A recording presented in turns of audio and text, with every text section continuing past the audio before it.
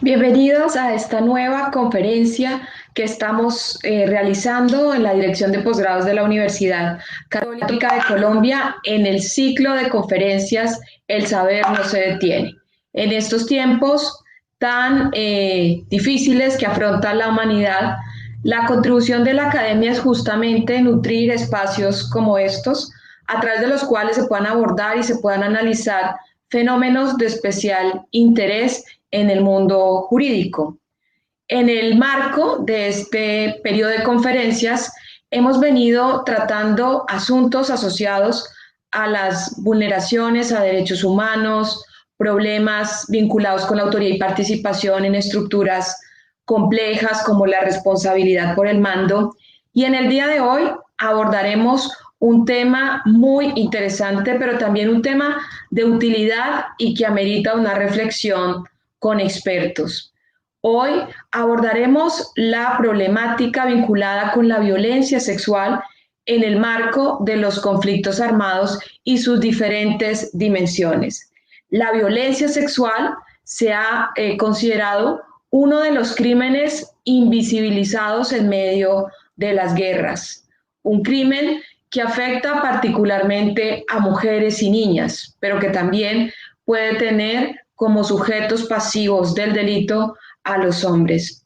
Un crimen que afecta la libertad, la formación sexual de las personas que lo sufren, porque en medio de la guerra pueden ser coaccionadas física o psicológicamente y víctimas de tipologías como el acceso carnal o conocida violación, esclavitud sexual, la propia proxenetismo, la propia prostitución forzadas, embarazos forzados y demás formas amplias que se prevén en el derecho penal internacional como típicas de la violencia sexual en el marco de los conflictos. Es un tema que debe ser mirado en una triple perspectiva. De una parte, las implicaciones jurídicas de su abordaje, que por supuesto ameritan unas distinciones claves entre lo que supone la violencia sexual como un arma de guerra en los conflictos armados, pero también la violencia sexual y las diferentes tipologías del crimen de lesa humanidad, e incluso como formas específicas de impedir embarazos en el marco de los crímenes de genocidio. Una segunda mirada desde la perspectiva de las víctimas. Las víctimas de este horrendo crimen suelen ser revictimizadas y también tienen mucho temor a denunciar porque no se trata de un perpetrador cualquiera. Son miembros de estructuras armadas, organizadas, al margen de la ley e inclusive y desafortunadamente también pueden concurrir aquí agentes del Estado que recurran a la violencia sexual dentro de actividades que no tienen nada que ver y que violan sus derechos y sus deberes, por supuesto, de naturaleza funcional. Esa mirada de las víctimas, pues la vamos a incorporar con un análisis desde la psicología y desde lo que suponen las perspectivas de género en el abordaje de estos casos. Y en tercer lugar, ¿qué ha dicho la jurisprudencia tanto internacional como nacional en estos casos? Uno, para reconocer formas de violencia sexual física y psíquicas en el marco de conflictos armados. Dos, que se entiende en esa cláusula abierta que consagra formas de violencia sexual de naturaleza comparable. Y tenemos ahí, por ejemplo, el caso Acayesu. Y tres, cuáles deben ser las perspectivas de investigaciones en estos casos para evitar la impunidad, para garantizar el derecho a la verdad, la no revictimización y, por supuesto, garantías de no repetición. Sin lugar a dudas, el momento que atraviesa Colombia con los sistemas de justicia transicional, tanto el de Justicia y Paz como el de Justicia Especial para la Paz, pero en la justicia ordinaria ameritan una mirada acerca de este fenómeno tan impactante, la violencia sexual en los conflictos armados. Y de otro lado, pues también a nivel de las contribuciones del derecho penal internacional, de las perspectivas comparadas, debemos buscar pues soluciones alternativas y nuevas miradas para evitar justamente caer en la impunidad de estos casos. Para ello es un gusto en el día de hoy presentarles a el doctor profesor Andrés Fajardo, quien se va a ocupar de abordar esta primera mirada, esa mirada desde los conflictos internacionales, el propio conflicto y las perspectivas que nos aporta el derecho penal internacional en el abordaje de la violencia sexual en los conflictos armados. El profesor Fajardo, pues actualmente se desempeña como el vicedefensor general de la Nación en Colombia. Es reconocido por su amplia y especialísima preparación en los temas de derecho penal internacional, derechos humanos, derecho público, porque ha desempeñado importantes responsabilidades en el país, además de la que hoy tiene. Ha sido magistrado magistrado auxiliar de la Corte Constitucional de Colombia, director del área de derechos humanos de la Universidad Sergio Arboleda, cuenta con estudios en prestigiosas universidades europeas sobre derechos humanos, derecho público, ha estudiado también estas perspectivas en diferentes obras, es un académico que a la doctrina le ha aportado ideas y con sus obras pues se destaca el conocimiento que tiene en esta materia. Es de verdad un gusto, un honor tenerlo aquí, doctor Andrés, bienvenido a esta universidad que también es su casa y esperamos pues aprender mucho de usted en este tema que a todos nos llama especialmente la atención. Muchas gracias. Muchísimas gracias, doctora Paula. Muchas gracias a usted por esta iniciativa tan importante. Usted me contaba hace un momento que ya son 63 aproximadamente conferencias que se han venido editando y cada vez que usted hace una nueva conferencia hay más público, más estudiantes y más profesores que se sienten absolutamente complacidos por la calidad de su trabajo.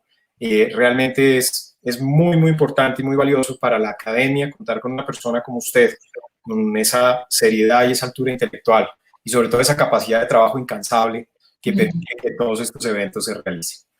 Bueno, después de esa presentación tan importante que usted hizo, me deja mucha responsabilidad en este tema. Vamos a ver si logro satisfacer esas expectativas. Básicamente voy a explicar un poco cómo el derecho ha abordado el tema de la violencia sexual dentro de los conflictos armados. Y para hacerlo quisiera empezar haciendo una introducción básica y es explicar que para el derecho el tema de la igualdad entre hombres y mujeres es algo relativamente novedoso. Si nosotros, digamos, nos imaginamos el derecho como un conjunto de reglas, un conjunto de normas, entonces podríamos decir que uno de los primeros documentos que existen en materia de derecho es justamente el Código de Hammurabi. Código de Hammurabi escrito aproximadamente en 1750 a.C., escrito bajo la idea de una legitimidad que en ese tiempo no era la legitimidad pues democrática ni nada de esto, sino la legitimidad de que había sido supuestamente dictado por los dioses. ¿Por qué es importante y por qué quiero traerlos digamos, tan atrás en la historia? Porque en este Código de Hammurabi empiezan a crearse unas reglas que van a perdurar durante siglos, durante milenios, si es necesario decirlo. Y es que los seres humanos no son considerados como iguales por el derecho. Por lo menos no lo fueron durante muchísimos siglos.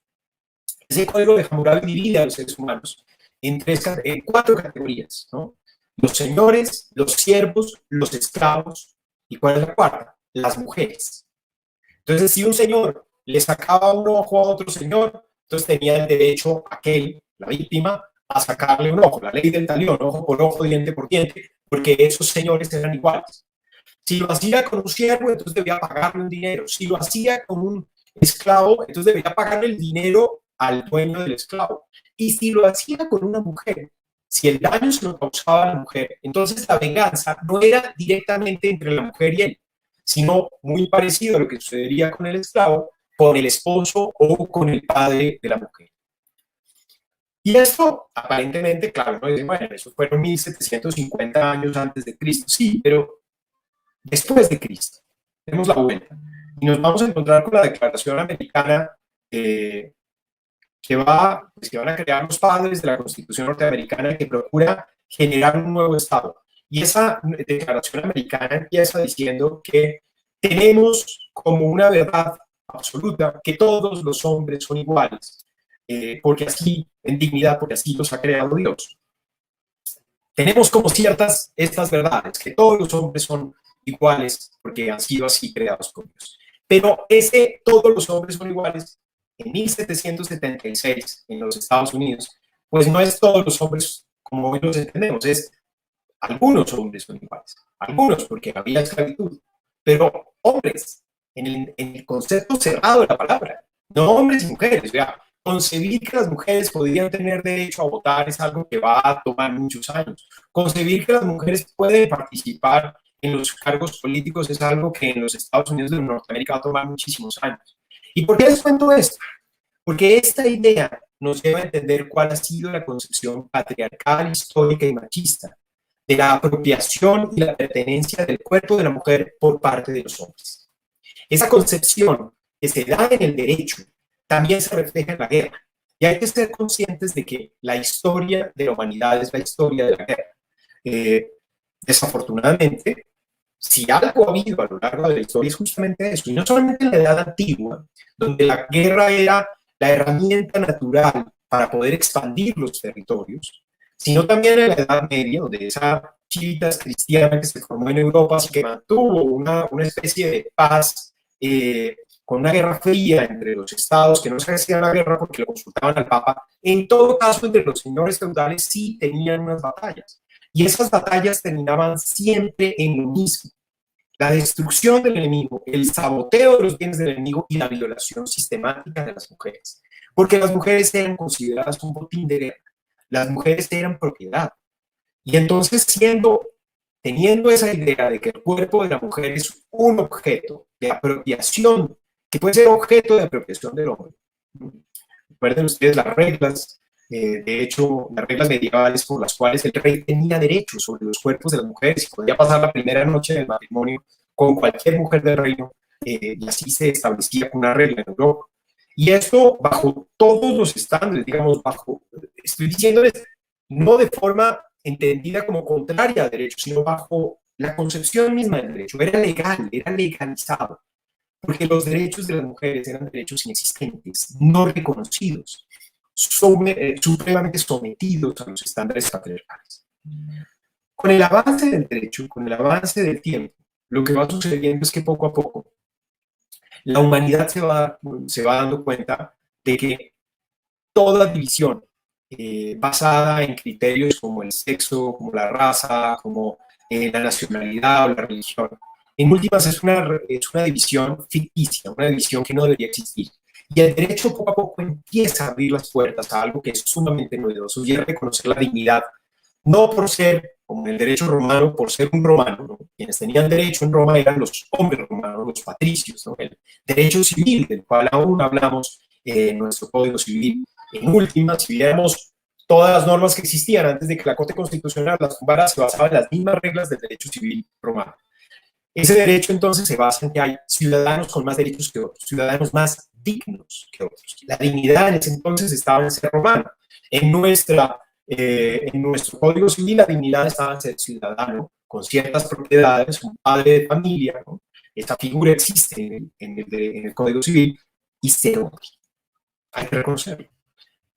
Hay una gran división entre los derechos de los hombres y las mujeres, desde el derecho clásico, constitucional, legal, no solamente el derecho colombiano, por supuesto, sino todo el derecho occidental, sin hablar, por supuesto, de otros sistemas jurídicos que son aún más graves en cuanto a la división que puede existir en el tratamiento de los derechos de hombres y mujeres.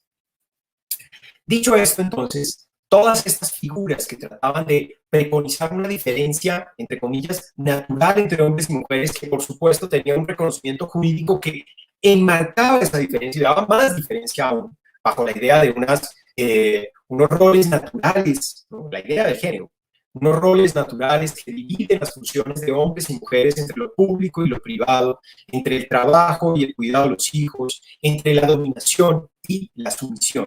Esa idea que estaba digamos, establecida y concretada en el derecho, pues también se traduce en la guerra, en el combate, en las acciones violentas, donde solo los hombres combatían, pero no eran solo los hombres las víctimas, siempre las mujeres eran las víctimas más remarcadas de un conflicto, cuando el conflicto se daba especialmente cerca de poblaciones civiles.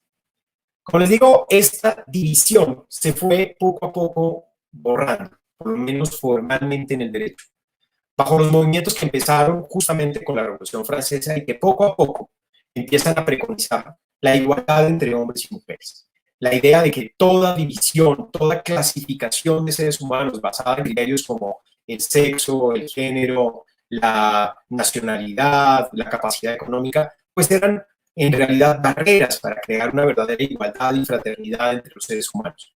Y eso entonces termina teniendo su culmen en la posguerra, en la guerra, en la Segunda Guerra Mundial, al finalizar la Segunda Guerra Mundial, cuando hay un movimiento europeo pues en Latinoamérica lo llamamos neoconstitucionalista, ya lo llaman como el constitucionalismo moderno. Y este constitucionalismo lo que trata es de poner al ser humano, sobre todo la dignidad del ser humano, en el centro de todo el derecho. Ya el derecho no sirve a otros fines, ya no es una cuestión simplemente mercantilista, de propiedad privada o de funcionamiento del Estado, sino que ahora el derecho se va a concentrar en proteger al ser humano.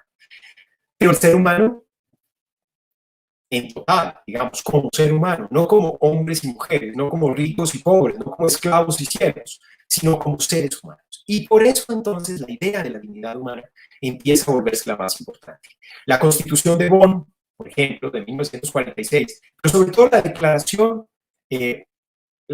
Universal de Derechos Humanos de 1948 y su par en América, la Declaración Americana sobre Derechos y Deberes del Hombre de 30 de abril también de 1948, anterior a la Declaración Americana del 10 de diciembre de ese año, se basan en lo mismo.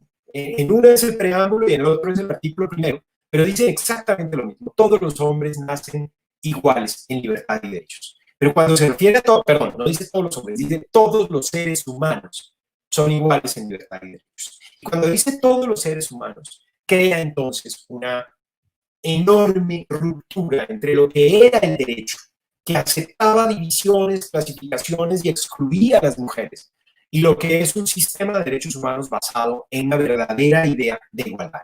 El Código de Hammurabi, la Declaración Americana, la declaración que va a dar la libertad al pueblo americano, pues se quedan atrás. Y realmente se queda atrás mucho más que eso. Se queda atrás todo un sistema jurídico basado en privilegios y criterios que tratan de establecer diferencias y donde el tema de la división entre hombres y mujeres será, digamos, que un punto clave. Con la creación de las Naciones Unidas se empieza a hablar de la igualdad entre hombres y mujeres. El derecho de las mujeres a tener las mismas oportunidades de acceso al sector público, pero también el respeto de su vida.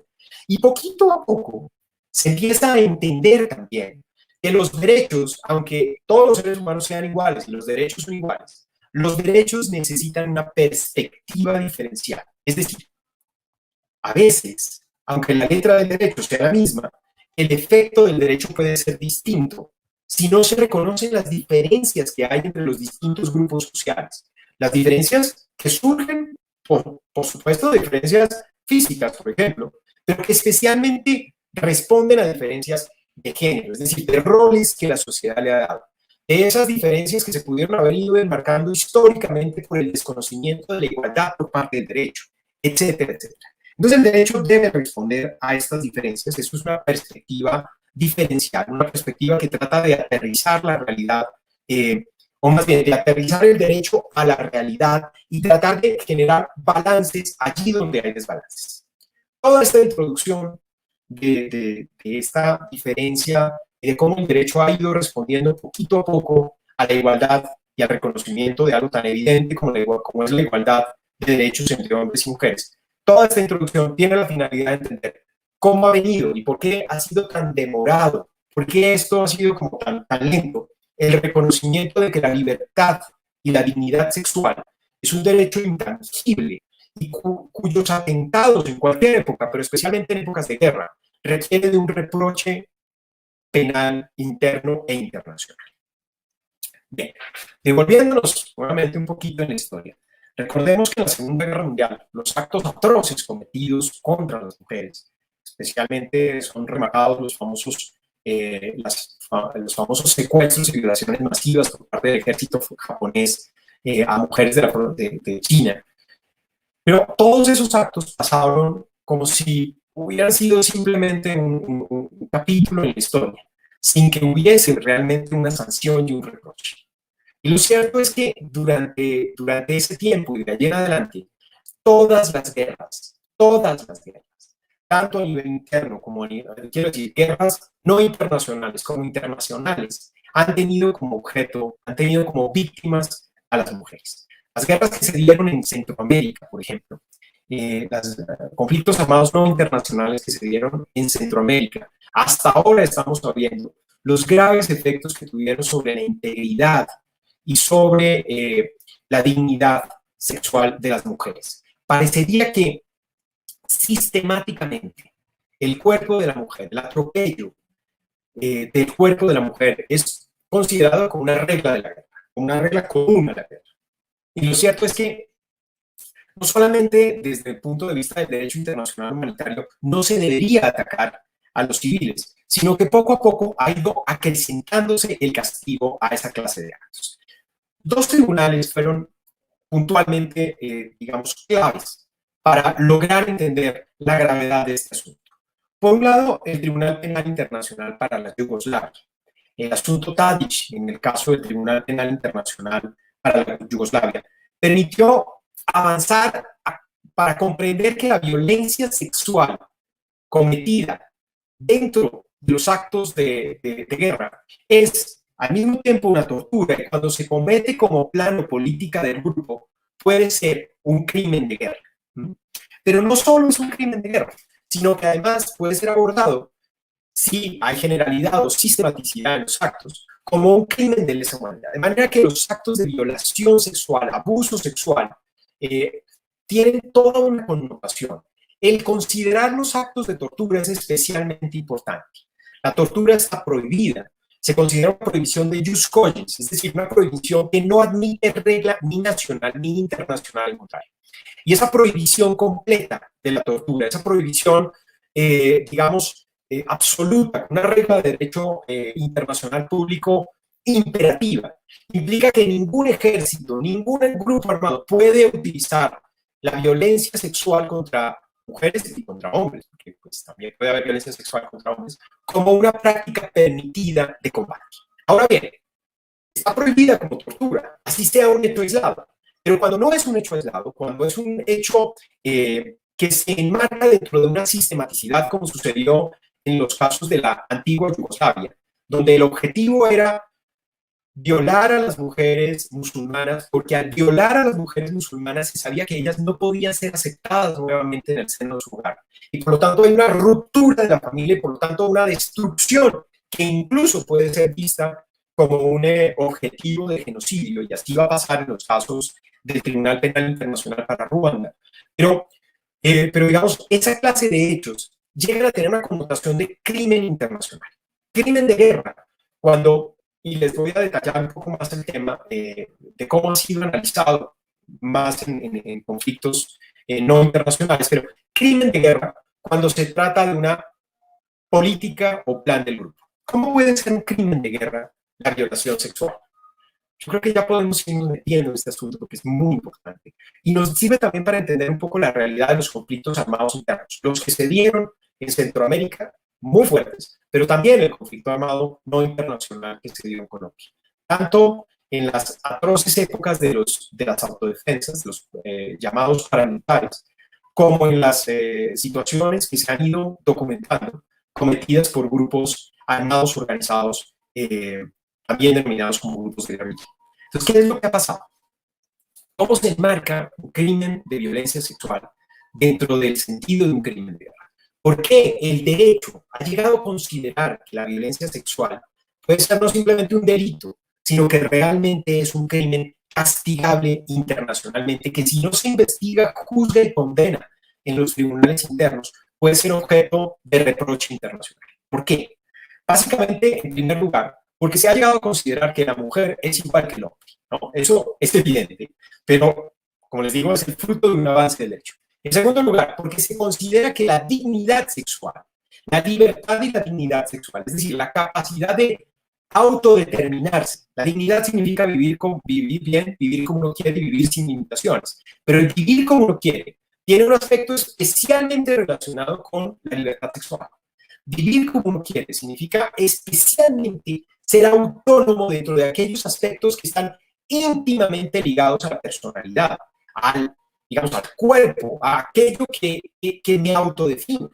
Entonces, cuando una mujer va a ejercer su libertad sexual, es absolutamente indispensable que una mujer, o un hombre, claro, por supuesto, tenga plena conciencia del hecho y sea totalmente libre de ejercer autónomamente esos hechos. Si no es así, se está coartando una parte nuclear de su dignidad humana, un aspecto indispensable sin el cual no puede simplemente decirse que la persona se autodetermina. Si en algo nos autodeterminamos es en los aspectos de nuestra intimidad como nuestra libertad sexual y reproductiva. Por lo tanto, entonces, un acto encaminado a reprochar, un acto, bueno, más que a reprochar, un acto encaminado a manipular, digamos, y a entrometerse dentro de esa autonomía, a violar esa autonomía, pues es un acto que claramente viola la dignidad humana. ¿Y sobre qué están construidos los derechos humanos? ¿Sobre qué está construido el derecho internacional humanitario? ¿Cuál es el bien jurídico más importante sobre el cual está construido el Estado? Pues la dignidad humana. Entonces, ¿de qué sirve plantear un sistema jurídico penal para hechos, digamos, de paz o hechos de guerra, si no se castiga y se reprocha gravemente a quienes cometen este tipo de actos? Ahí está entonces el punto. ¿Por qué hemos llegado a considerar un crimen de guerra? Ahora, ¿cómo se da el crimen de guerra del acto sexual abusivo o la violación sexual o el abuso sexual? Todo caso, un acto de violencia sexual dentro de un conflicto armado. Se da de distintas maneras. En primer lugar, lo que en los casos del Tribunal Penal Internacional para Ruanda, el Tribunal Penal Internacional para Yugoslavia, ¿no? En el caso de Yugoslavia, pues el asunto Tadic, que es digamos, el asunto que abrió la puerta un poco para hablar de estos temas. Y en el caso de Ruanda, el caso de Jean-Paul Akayesu, que de alguna manera también implicó entender, igual que Tadic, pero en este caso entender que igual que Tadic sirvió para entender que la responsabilidad del superior puede ser por acción y omisión, ¿no? O, digamos, a Tadic no se lo condenó por violar a una mujer directamente. En el caso, recuerdo bien que se retiró, había una mujer que iba a denunciar a Tadic por haberla violado, pero por temores, seguramente amenazas, retiró su denuncia y el fiscal tuvo que reacomodar la acusación, lo cual generó que el Tribunal Penal Internacional para la Yugoslavia fuera muy cuestionado sobre la protección que le estaba dando a las víctimas. Pero el hecho de que no haya sido él directamente condenado como violador no implicaba que no hubiese cometido el crimen de guerra, que es muy interesante. ¿Por qué? Porque él no hizo nada para evitar que se siguieran cometiendo hechos de violencia sexual. Y además, siendo consciente de lo que estaba sucediendo, patrocinó esa clase de hechos. Eso hizo que la responsabilidad penal internacional de Duško Tadić fuera finalmente establecida por el Tribunal Penal Internacional para la antigua Yugoslavia por crimen de guerra y crimen de lesa humanidad de violencia sexual. Pero en el caso de Jean-Paul Akayesu, que era el alcalde de Aba, una de las ciudades pues, de Ruanda, básicamente la responsabilidad también, bueno, en este caso sí que hubo una violación de una mujer, pero no fue, digamos, no es el hecho más notorio y más importante, es el hecho de que él hubiese patrocinado públicamente que se asesinara y se violara a las mujeres tutsis, lo que hizo que se considerara que él era responsable de hechos de violencia sexual como crimen de genocidio, que es el punto, digamos, culmen de todo esto. Entonces, teniendo en cuenta esos dos antecedentes, y claro, esto se fortalece a lo largo de la jurisprudencia digamos, tribunales penales internacionales. Uno podría determinar que en la práctica, en los conflictos armados no internacionales, la fórmula en la que, o las formas en que se va desarrollando el crimen de guerra, tiene que ver básicamente con dos vías. Uno, serían las mujeres que no están en la fila, las mujeres civiles o que, de alguna manera, están vinculadas con el otro bando. Entonces, en este caso, fíjense ustedes, los actos de violencia sexual se dan generalmente no como un castigo contra la mujer, sino como un castigo que se basa justamente en el patriarcalismo y en el hecho de que el cuerpo de la mujer le pertenece al hombre, como un castigo contra el enemigo. Se viola el cuerpo de la mujer para afectar al enemigo. Entonces es una situación compleja en la cual se ha visto casos en Colombia en el que, por ejemplo, una mujer es violada y asesinada porque era la novia de un comandante o era la novia de un miembro del grupo enemigo. Entonces las mujeres son utilizadas, la violencia sexual se utiliza fundamentalmente para atacar al enemigo. Por eso, de hecho, se vuelve tan peligroso, tan sumamente peligroso, que las fuerzas militares tengan una relación tan cercana con la población civil, que lleguen a poner en riesgo a las mujeres. Esta situación pasó en El Salvador, está documentada, y ha pasado en Colombia, claramente. Es uno de los hechos, digamos, que son notorios en cuanto a la guerra, y es que las mujeres se convierten en objeto militar, en objetivo militar de los enemigos, porque es una forma de atacar, es una forma de hacer daño. Pero lo más grave de esto es que ni siquiera es para atacarla a ella, es que se la utiliza como un medio, es una cosificación del cuerpo de la mujer. Si esto se hace como una forma planeada, como una práctica sistemática, como un claro política del grupo, pues entonces bien puede ser una práctica, un crimen de guerra. Ahora, en todo caso, cuando esto es generalizado y hace parte de una práctica sistemática contra la población civil, que lo que quiere es atemorizar, esta es la otra forma, la violación sexual destinada a atemorizar a la población civil y ganar, entre comillas, el temor y el respeto de la población civil.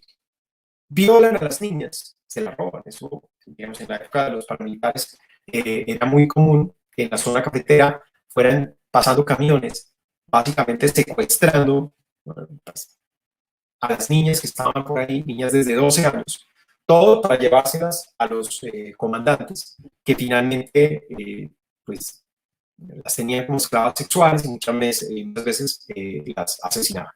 Esta clase de prácticas son prácticas que constituyen hoy en día crímenes de lesa humanidad y que deben ser analizados como tales, analizando, claro, la perspectiva en contexto, que es la que va a determinar si existe o no existe una práctica generalizada y sistemática en esa materia.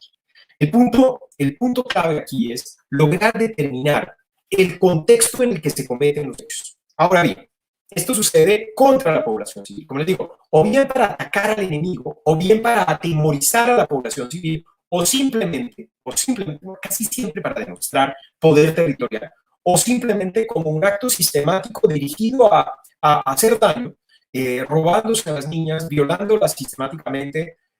Son prácticas que están destinadas pues, a ser entendidas desde la perspectiva del marco amplio de lo que es el conflicto y los crímenes internacionales.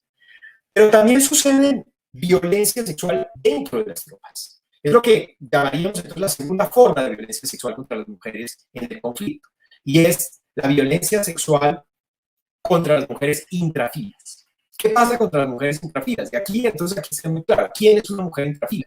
Y volvemos además a darle otra connotación. Las víctimas de esta clase de hechos normalmente no son mujeres adultas, sino que son mujeres que son adolescentes, niñas en su gran mayoría, reclutadas desde por ejemplo, reclutadas forzadamente desde los 12 años, obligadas, las FARC está claramente documentado que estaban obligadas a tomar anticonceptivos desde los 12 años o usar métodos anticonceptivos desde los 12 años.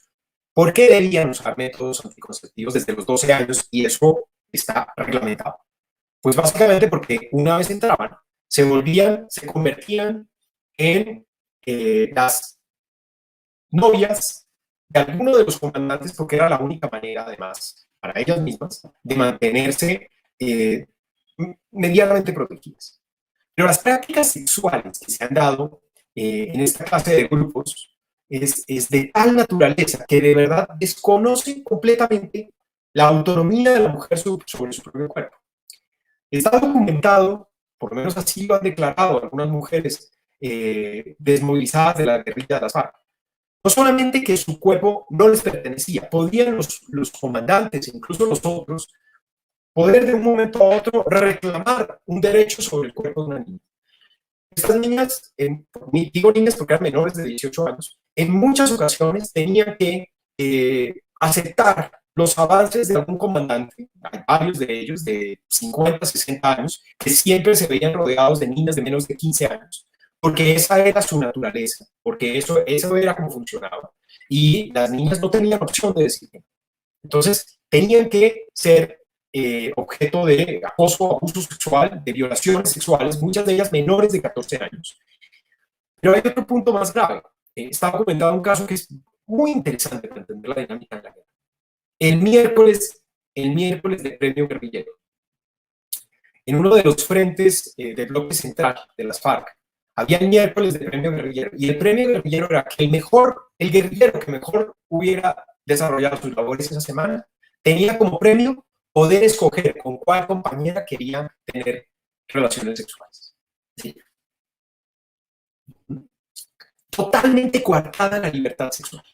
Ahora, esto es una parte.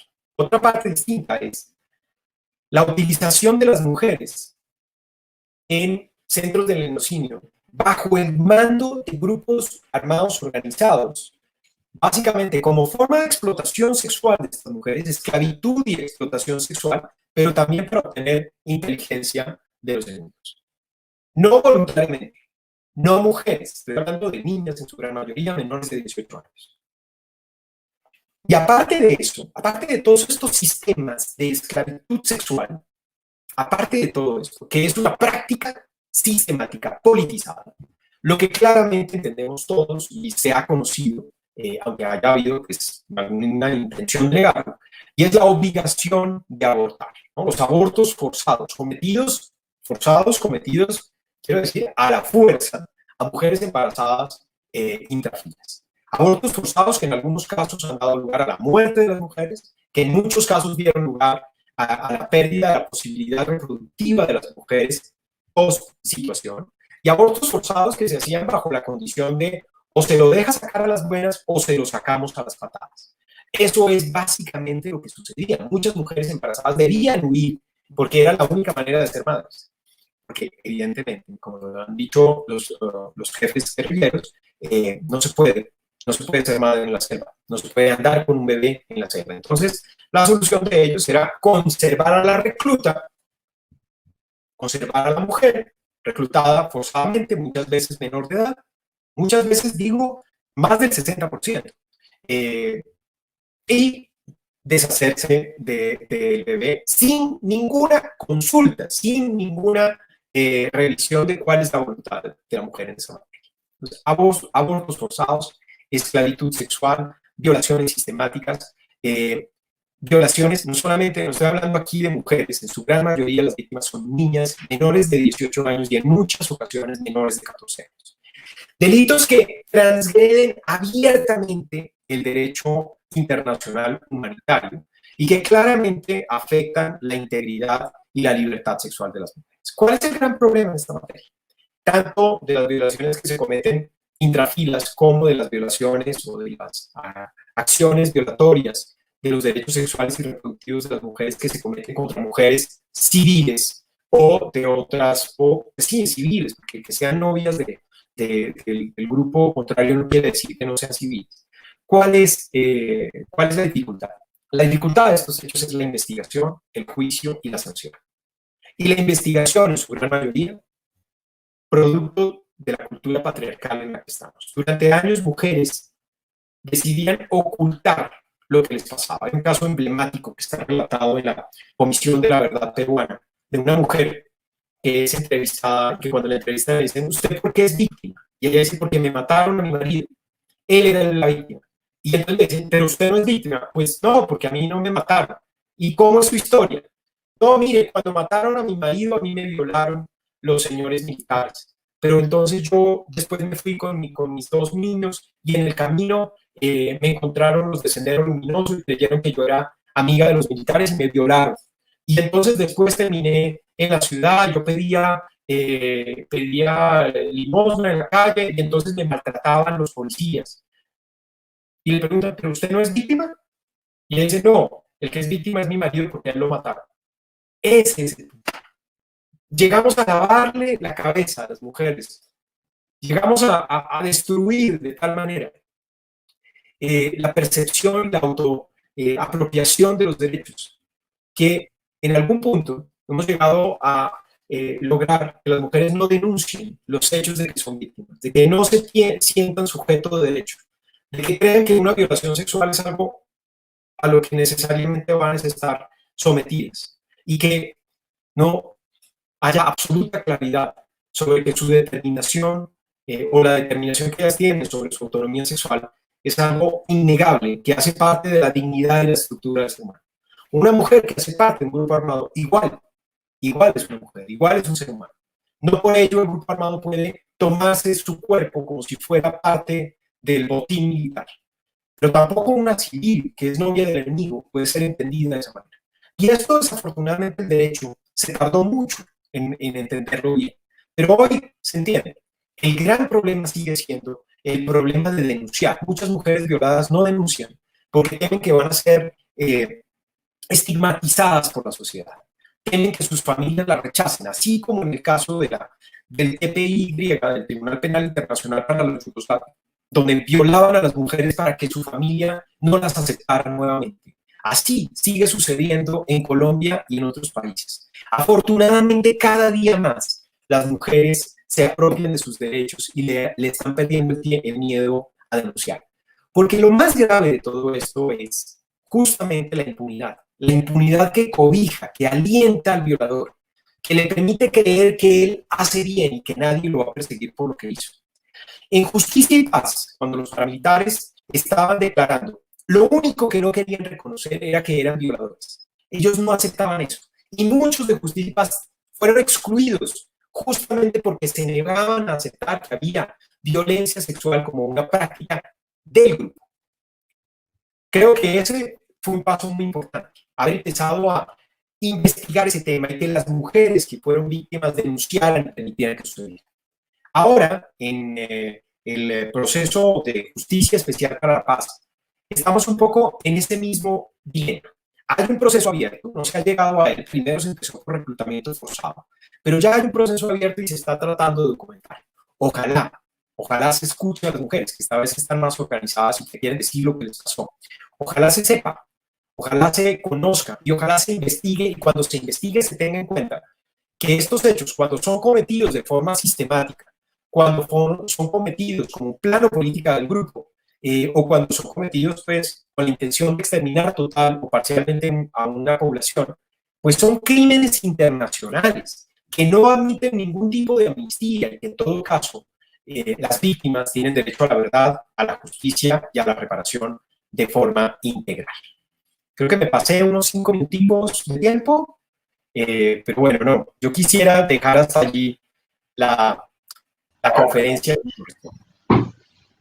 No, el tiempo estuvo ¿Justo? estupendo, sí, estuvo justo y han venido surgiendo preguntas para luego el momento del debate, doctor Andrés, en relación a cuáles son, por ejemplo, los elementos diferenciadores de crímenes sexuales como el acceso carnal violento, como patrones en crímenes de lesa humanidad y cuáles son en crímenes de guerra a partir justamente de una decisión que se tomó aquí en Colombia en el caso del enfermero de las FARC por unos abortos que se cometieron allí, que en principio se había considerado de lesa humanidad, pero se ha discutido si es un crimen de guerra. Y dos, en su opinión, ¿qué tan importante ha sido esa decisión del Tribunal de Justicia y Paz en el caso de alias el monstruo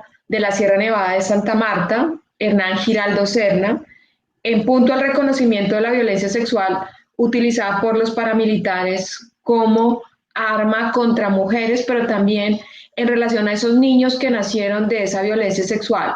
¿Cómo pueden ser reconocidos esos niños si es mejor no reconocerles un padre que hacerlo y generarles pues el impacto de ser su propio perpetrador? No, Pues sí, si gustas ahora o luego para el debate, como lo... Perfecto, para el debate. Perfecto. Bueno, ahí tenemos más y las iremos conversando. Entonces, ahora, doctor Andrés, le vamos a dar el saludo, vamos a invitar también a este interesante foro y espacio académico al profesor Fernando Díaz Colorado. El profesor Fernando Díaz es psicólogo de la Universidad Católica de Colombia, es especialista en administración pública y también en Derecho Penal y Ciencias Forenses. Tiene 2 maestrías relacionadas con el ejercicio de la psicología y temas vinculados a justicia y a víctimas, una de ellas en la Universidad de Salamanca. Es profesor de la Universidad Javeriana, de la Universidad Católica de Colombia y un centenar de universidades fuera del país. Es experto en los asuntos particularmente relevantes a esta materia que estamos abordando y es un gusto tenerlo en el día de hoy con nosotros. Bienvenido, profesor Fernando, y tiene usted la palabra. Gracias, Paula Andrea. Primero quiero saludar a los que se encuentran asistiendo a esta conferencia. Quiero darle un agradecimiento muy especial a ti, Paula Andrea. Lo que estás haciendo es un ejercicio que necesitamos en Colombia. Estos ejercicios académicos de debate y cuestionamiento sobre problemas puntuales de nuestra realidad colombiana son muy interesantes. Son pocas las universidades que se dedican a eso. Quiero enviar también un saludo muy especial al doctor Ramírez, que me ha considerado durante muchísimo tiempo como miembro de la universidad, de la cual salí ya hace muchísimos años. A ver, para no divagar y comenzar prontamente la charla, yo quisiera señalar los presupuestos sobre los cuales voy a conversar y que son el centro de mi pensamiento y que quiero aportar en este debate tan interesante. Lo que quiero plantear es que yo no voy a hablar, obviamente, porque no soy jurista, sino soy psicólogo jurídico, y desde hace unos 20 años soy miembro de la Sociedad Mundial de Victimología y he venido trabajando el campo de lo victimológico y de la justicia restaurativa en el campo de las víctimas de delitos y fundamentalmente en el campo específico que ahora nos ocupa, que es la violencia sexual. Dijéramos que la perspectiva victimológica, que tiene un origen muy reciente, porque la victimología solo aparece como campo del conocimiento a partir del primer Congreso Internacional de Victimología en los años 70, que dio origen después a lo que hoy llamamos el movimiento victimológico internacional, que ha sido jalonado no solamente por organizaciones u ONG privadas, sino también por resoluciones de las Naciones Unidas y también por la participación del Consejo de Europa, que es el que ha movido en el mundo el campo de los derechos de las víctimas. Dijéramos que el presupuesto epistemológico y conceptual en el cual me voy a mover y que es el marco sobre el cual yo voy a plantear mi pensamiento, se centra en el campo del conocimiento científico, del sufrimiento humano y de lo que implica el ser víctima de delito y del abuso de poder. Digamos que la victimología como campo del saber científico se interesa más fundamentalmente por las consecuencias que genera el delito, por la manera como la persona vivencia o experimenta el delito y la forma como debería ser reparada o cómo el Estado o el victimario debería moverse para alcanzar eso que el derecho internacional de los derechos humanos denomina la obligación de reparar. Y mi marco de conversación estará encaminado hacia eso. Los presupuestos fundamentales de la victimología, que yo debo decir acá porque son el fundamento esencial para poder comprender este crimen de lesa humanidad, consisten en unos presupuestos filosóficos que sustentan lo siguiente. La primera apreciación en victimología de las víctimas señala que la víctima es fundamentalmente un testigo. ¿Qué quiere decir que la víctima sea fundamentalmente un testigo? Quiere decir que nadie puede reemplazar su testimonio, que es solo la víctima la que vivió el sufrimiento, que es solo la víctima la que experimentó la tragedia y que el relato y la construcción lingüística y el testimonio que se da dentro del significado que la víctima le da es el fundamento esencial del ejercicio de justicia. No, la víctima no puede ser representada ni puede ser reemplazada en la verbalización del hecho victimal.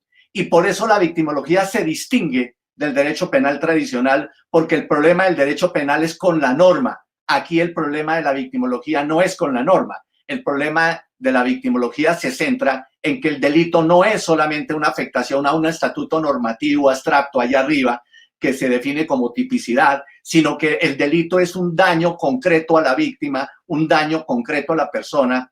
Y como dice Fernández Cesarego, el jurista peruano lamentablemente fallecido hace 2 años, es un daño a la persona. Y por eso la victimología se centra fundamentalmente en cuál es la dimensión de ese sufrimiento, cuáles son las consecuencias negativas y cómo afecta, no necesariamente en términos singulares a la víctima, sino también en términos plurales. Por eso en victimología no se habla de víctima, sino se habla de víctimas, porque el delito se extiende a la familia, al entorno social y a toda una comunidad. El delito, y sobre todo en el caso típico que estamos trabajando de la violencia sexual. Entonces, el primer presupuesto victimológico señala que la víctima es testigo y que es testigo válido. Y dijéramos que en términos de Walter Benjamin, este historiador y filósofo que se suicidó porque creía que lo iban a capturar en la Segunda Guerra Mundial, que cambió el concepto de la historia y que nos hizo ver que la historia no era lo que nos venían diciendo, señala que hay una superioridad moral entre víctima y victimario. ¿En qué consiste esa superioridad moral? Consiste en que el victimario ha hecho algo que deshonra su condición de dignidad y que le ha quitado un derecho a la víctima y que es defendido por toda la sociedad. Y por eso la víctima es fundamentalmente superior moralmente al victimario. Este ejercicio de superioridad moral no se contempla desde el derecho penal, porque se establece un criterio de igualdad entre quien defiende y entre quien acusa. Y el otro elemento fundamental de la psique y de la psicología victimológica es que cuando se es víctima, la víctima se siente desnuda, la víctima no tiene quien la socorra y la víctima no sabe a quién acudir. Y no sabe a quién acudir no solo porque el sistema de justicia no funcione o porque medianamente funcione, sino porque está la desgracia y la soledad de la víctima, que solo ella lo puede superar y no hay nadie cerca que la pueda ayudar. La soledad de la víctima es un elemento fundamental de lo que más tarde les comentaré que se llama la asistencia a las víctimas y los programas de protección y asistencia a las víctimas. Esa sensación de que no hay quien la socorra, de que no hay quien le ayude, es un sufrimiento que se agrega al hecho de haber sido víctima. Y el tercer elemento fundamental de la victimología señala el porqué. Todas las víctimas del mundo, independientemente del delito que haya sido víctima, se preguntan por qué. ¿Por qué a mí? ¿Por qué me escogió a mí? ¿Usted por qué me hizo eso a mí? ¿Cuál es la razón de que yo haya sido su víctima? Y esa gran pregunta está presente en todos los ejercicios del sufrimiento y del análisis del sufrimiento de las víctimas. La pregunta del por qué está centrada en la condición humana y exige una respuesta, no solo del victimario, sino del Estado o de la sociedad que permitió que ese hecho criminal se hubiera dado. Y el otro elemento es que el sistema penal tradicional occidental, que se centra en el castigo, en la venganza legal, en la imposición, se aparta por completo del ejercicio de la reparación que hoy en día está incursionando dentro del campo del derecho penal en la medida en que se han incluido medidas de justicia restaurativa. Lo que implica es que, al parecer, y esto las víctimas lo expresan, el sistema de investigación judicial es la muerte de la verdad para la víctima, porque lo que importa es condenar al victimario, pero no satisfacer las necesidades de las víctimas. Y esta muerte de la verdad es como enterrar y colocar en el olvido y llevar a cabo un ejercicio de eliminación de lo que ocurrió, porque ya está resuelto el problema a través de la venganza legal del Estado, que es castigar al victimario o imponerle una pena. La muerte de la verdad implica para la víctima el quedar sin voz, el quedar sin la capacidad de poder contar, expresar y pedir justicia, porque sabe que no la va a encontrar dentro del sistema tradicional de justicia. Y por eso la victimología se pregunta si se puede resucitar esa verdad. Y claro que se puede resucitar, y esa es la tarea de la victimología, poder rescatar a la víctima y poder reconocer su sufrimiento y también hacer memoria, también buscar la verdad y también establecer ese acto de justicia que no necesariamente es procesal, sino que va mucho más allá y que implica el reconocimiento de la condición humana del sufrimiento. Ese es el elemento central. Pero quiero referirme también a otro componente importante, y es que hemos hablado, y generalmente cuando se tratan estos temas, se habla de violencia sexual. Y al parecer, y creo que el doctor Fajardo lo abordó de manera clara, cuando señalaba que no se puede hablar exclusivamente de violencia sexual cuando se habla del tipo penal de abuso o de acceso carnal, porque sería limitar la dimensión del sufrimiento que producen los actos criminales a la sexualidad femenina, a la sexualidad de los niños, a la sexualidad del LGBTI y a la sexualidad de las poblaciones excluidas en una sociedad marcada por el conflicto armado. Y por eso es que se habla de violencia reproductiva, porque el concepto de violencia reproductiva es mucho más amplio que el concepto de violencia sexual. O dijéramos, el concepto de violencia sexual tiene que ampliarse al concepto de lo que se llama la violencia reproductiva, que tiene que ver con la salud sexual. Y las violencias reproductivas son silenciadas, de alguna manera son desconocidas y solo se detienen a ser analizadas si encajan dentro de un concepto de tipicidad que está descrita en un estatuto normativo llamado Código Penal. Dijéramos que la sexualidad y la reproducción obligada, humillada y sometida del cuerpo femenino como imposición del discurso violento desconoce otro tipo de afectaciones como son, por ejemplo, que ya mencionó el doctor Fajardo, que son el aborto forzado, el matrimonio obligado, la esterilización obligada, la tortura, los efectos negativos de la fumigación con glifosfato que generan afectaciones en el feto que están comprobados científicamente, y todas aquellas cosas que implican, por ejemplo, la anticoncepción forzada y lo que implica el servilismo sexual, la prostitución y la obligación de cumplir servicios sexuales que se dan no solamente dentro de los grupos armados, sino que se dan también dentro de los grupos organizados como los ejércitos nacionales, que se han visto en los casos de los Hutus, de los Tutsis, de la Yugoslavia y de todos los conflictos de América Latina como El Salvador, Nicaragua y el Perú. Dijéramos que este ejercicio de sometimiento de la mujer a la sexualidad, como bien se ha señalado, tiene construcciones culturales que indican que la mujer es un ser inferior.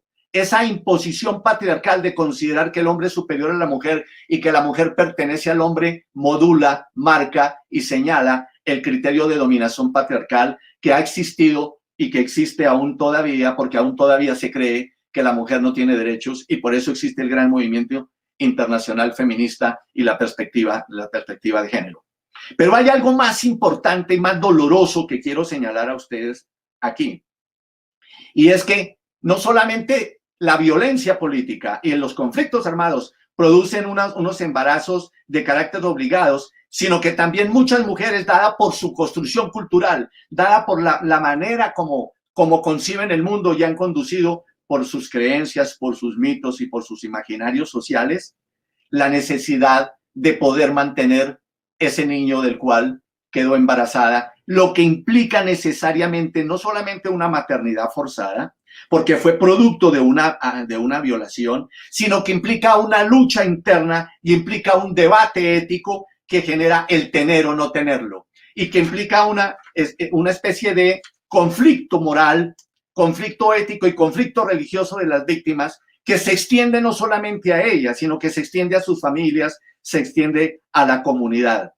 El debate personal de la víctima frente al aborto, frente a decidir si aborta o no aborta, o si decide continuar con el embarazo, es una decisión bastante conflictiva para la mujer. Es una lucha personal y social y comunitaria con su propia condición valorativa, por su propia condición de dignidad.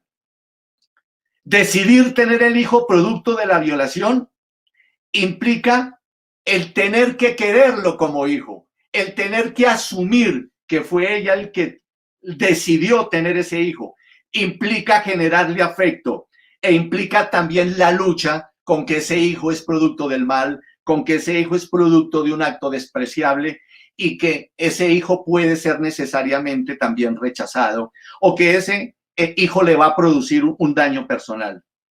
Y ver al hijo y tener al hijo y dar a luz al hijo implica también un sufrimiento mayor, que es recordar a ese violador, es tener presente durante toda su vida que ese hijo fue producto de un acto criminal.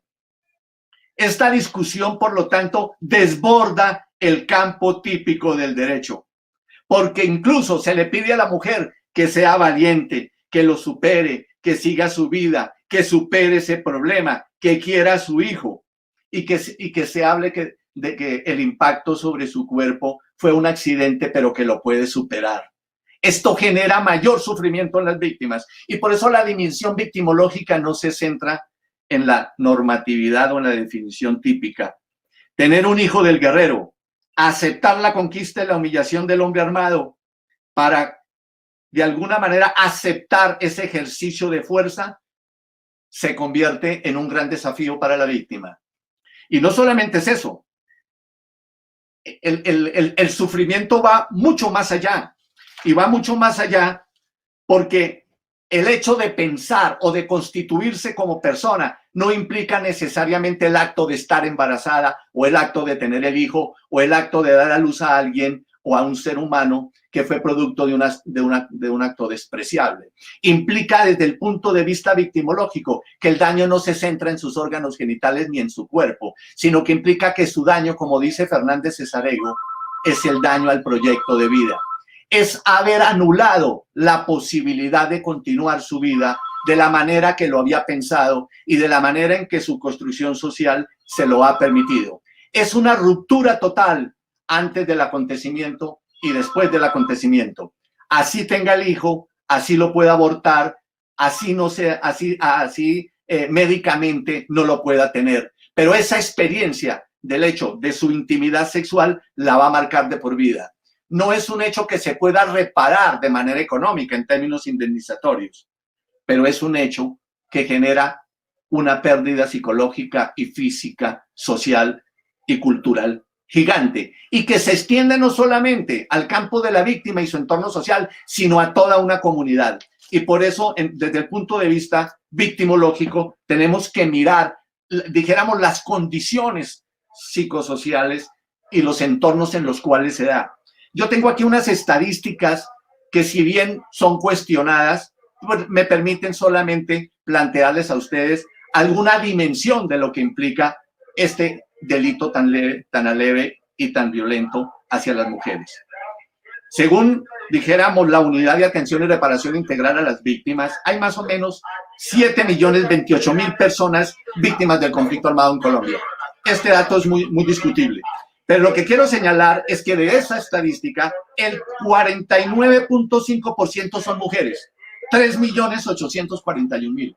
Y todas estas mujeres fueron víctimas, en su gran mayoría, de abuso sexual y de delitos contra la reproducción. De esas víctimas, 3.360 fueron víctimas de tortura que incluían abuso sexual, maltrato sexual y toques sexuales inapropiados. Y el 28%, es una cifra que nos debe avergonzar, son mujeres raizales, palenqueras, de condiciones humildes e indígenas. Dijéramos que el victimario sabe perfectamente a quién puede abusar, a dónde se debe dirigir y de qué manera debe llevar a cabo su acto, porque sabe perfectamente que ese acto va a quedar impune, porque la comunidad raizal, la comunidad palenquera y las mujeres no importan. No tienen la dimensión que tienen otras estructuras dentro de la sociedad. ¿Esto qué implica? Implica un desafío para la victimología y para el derecho internacional en términos de cómo reparar a las víctimas. El derecho internacional señala que son 5 los elementos necesarios para reparar a las víctimas.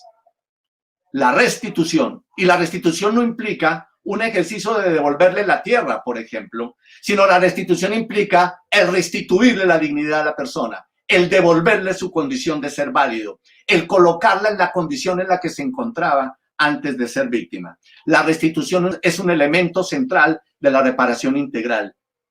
El otro elemento es la indemnización, que como bien sabemos, en el campo del derecho la indemnización siempre es simbólica. Nosotros no podemos tasar de manera efectiva y clara cuánto vale un delito, cuánto vale una violación, cuánto vale un embarazo forzado, cuánto vale una esterilización, cuánto vale un ejercicio de humillación sexual. Eso es imposible de establecerlo. La indemnización generalmente es considerada un castigo para quien ha cometido el acto en la disminución de su capacidad económica para reconocerle a la víctima, pero siempre va a ser incapaz, siempre va a existir una incapacidad de tabular de manera clara cuánto vale el delito. Y el otro elemento de la reparación integral que señala claramente en las sentencias en contra de Colombia la Corte Interamericana de Derechos Humanos es la satisfacción de necesidades. Y la satisfacción de necesidades implica que el victimario y el Estado se muevan a satisfacer lo que implica el acto del abuso sexual, como prestarle servicios de salud, como atender a la familia, como brindarle toda una serie de satisfacciones que se generan inmediatamente después de cometido el acto. Y en este caso, la victimología es bien clara al señalar una distinción conceptual que me parece importante señalar. Y es que una cosa es el efecto directo del delito y otra cosa las consecuencias sociales, psicológicas y culturales que generan el entorno en el cual se dio ese delito.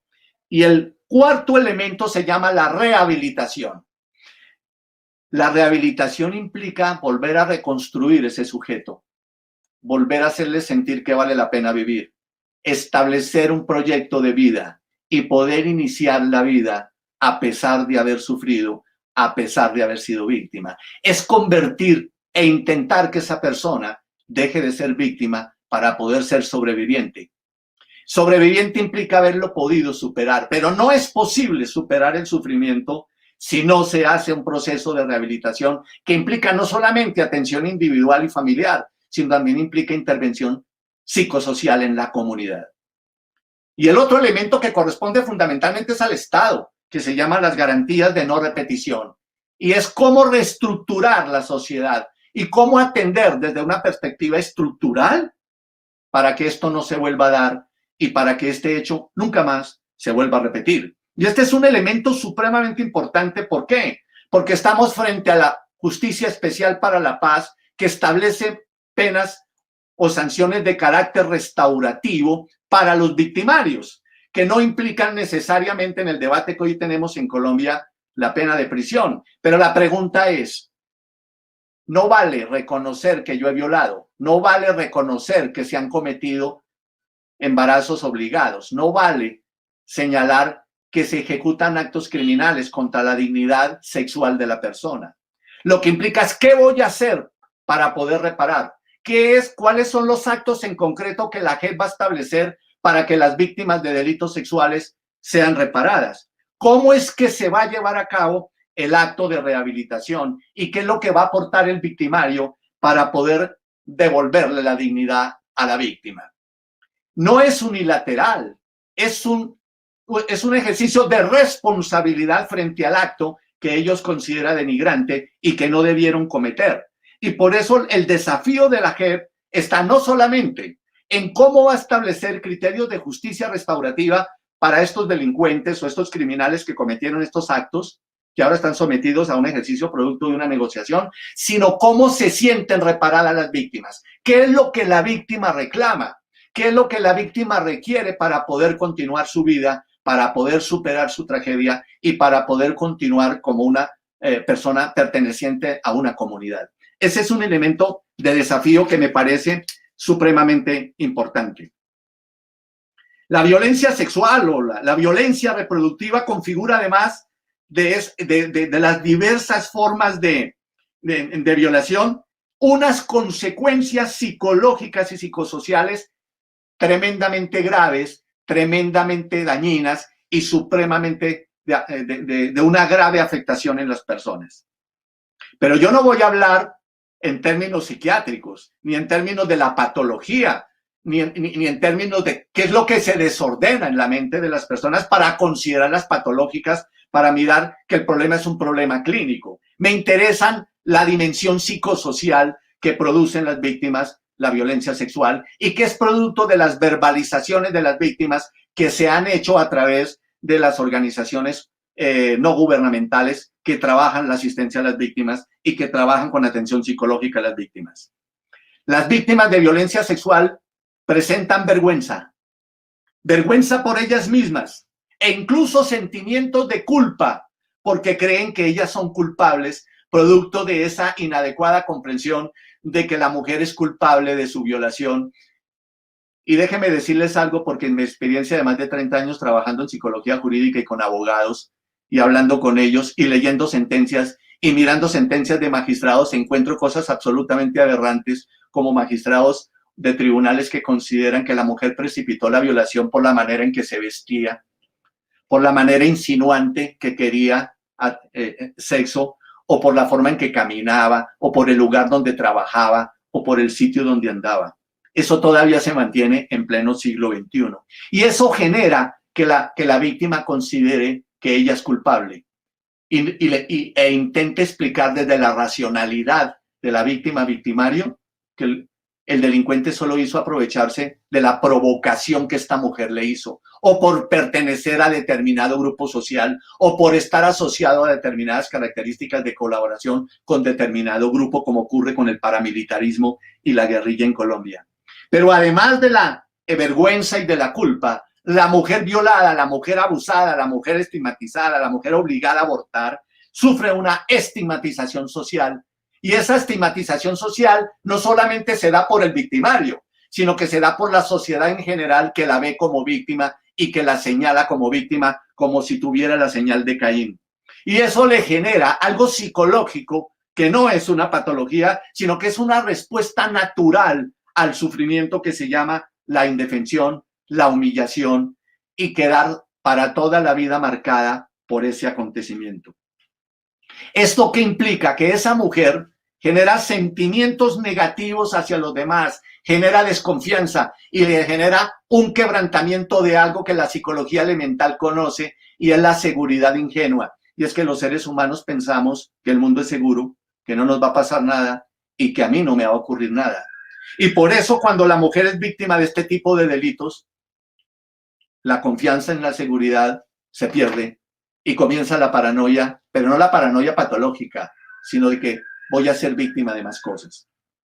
Y es también víctima de la censura social, y es víctima de la victimización secundaria que produce el Estado cuando la mujer acude al sistema de justicia para denunciar el hecho o para pedir ayuda al sistema de salud, que ese es otro elemento de victimización secundaria, cuando no es atendida porque se impone el criterio de la ley, porque una mujer que fue abusada sexualmente o violentada tiene que demostrarlo para poder decir que tiene el requisito legal para poder abortar.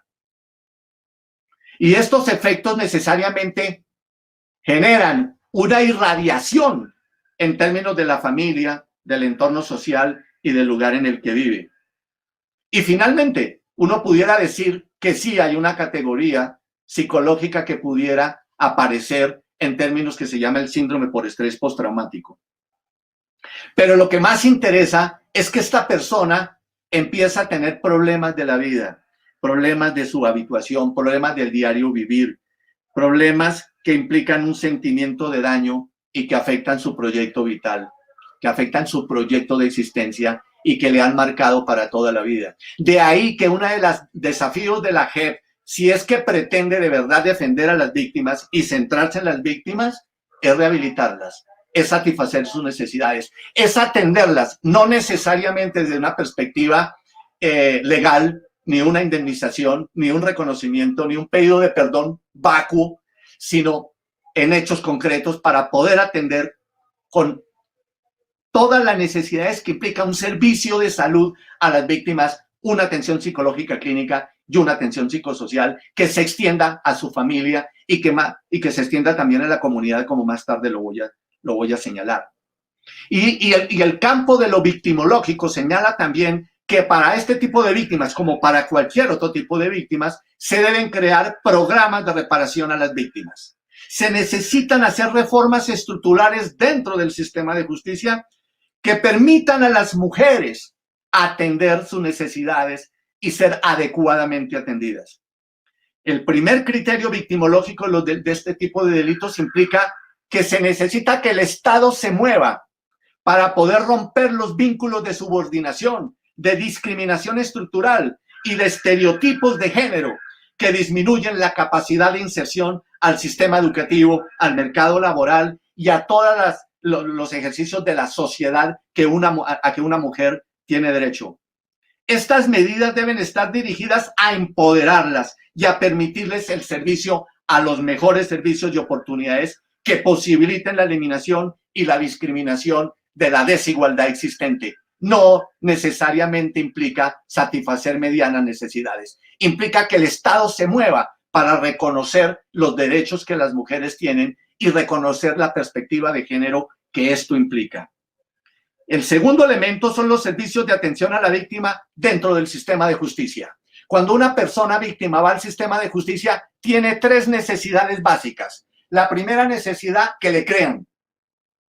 La segunda necesidad, que le permitan expresar sentimientos. Sentimientos de odio, sentimientos de rabia, sentimientos de perdón, sentimientos de agradecimiento, sentimientos de irritación y de furia. Es decir, toda la pléyade del arco iris emocional que una persona puede expresar en un escenario judicial. Y por eso los sistemas de justicia no pueden estar llenos de abogados. Se necesitan psicólogos, se necesitan criminólogos, se necesitan sociólogos, se necesitan antropológicos, porque la justicia es muy importante para dejársela a los abogados.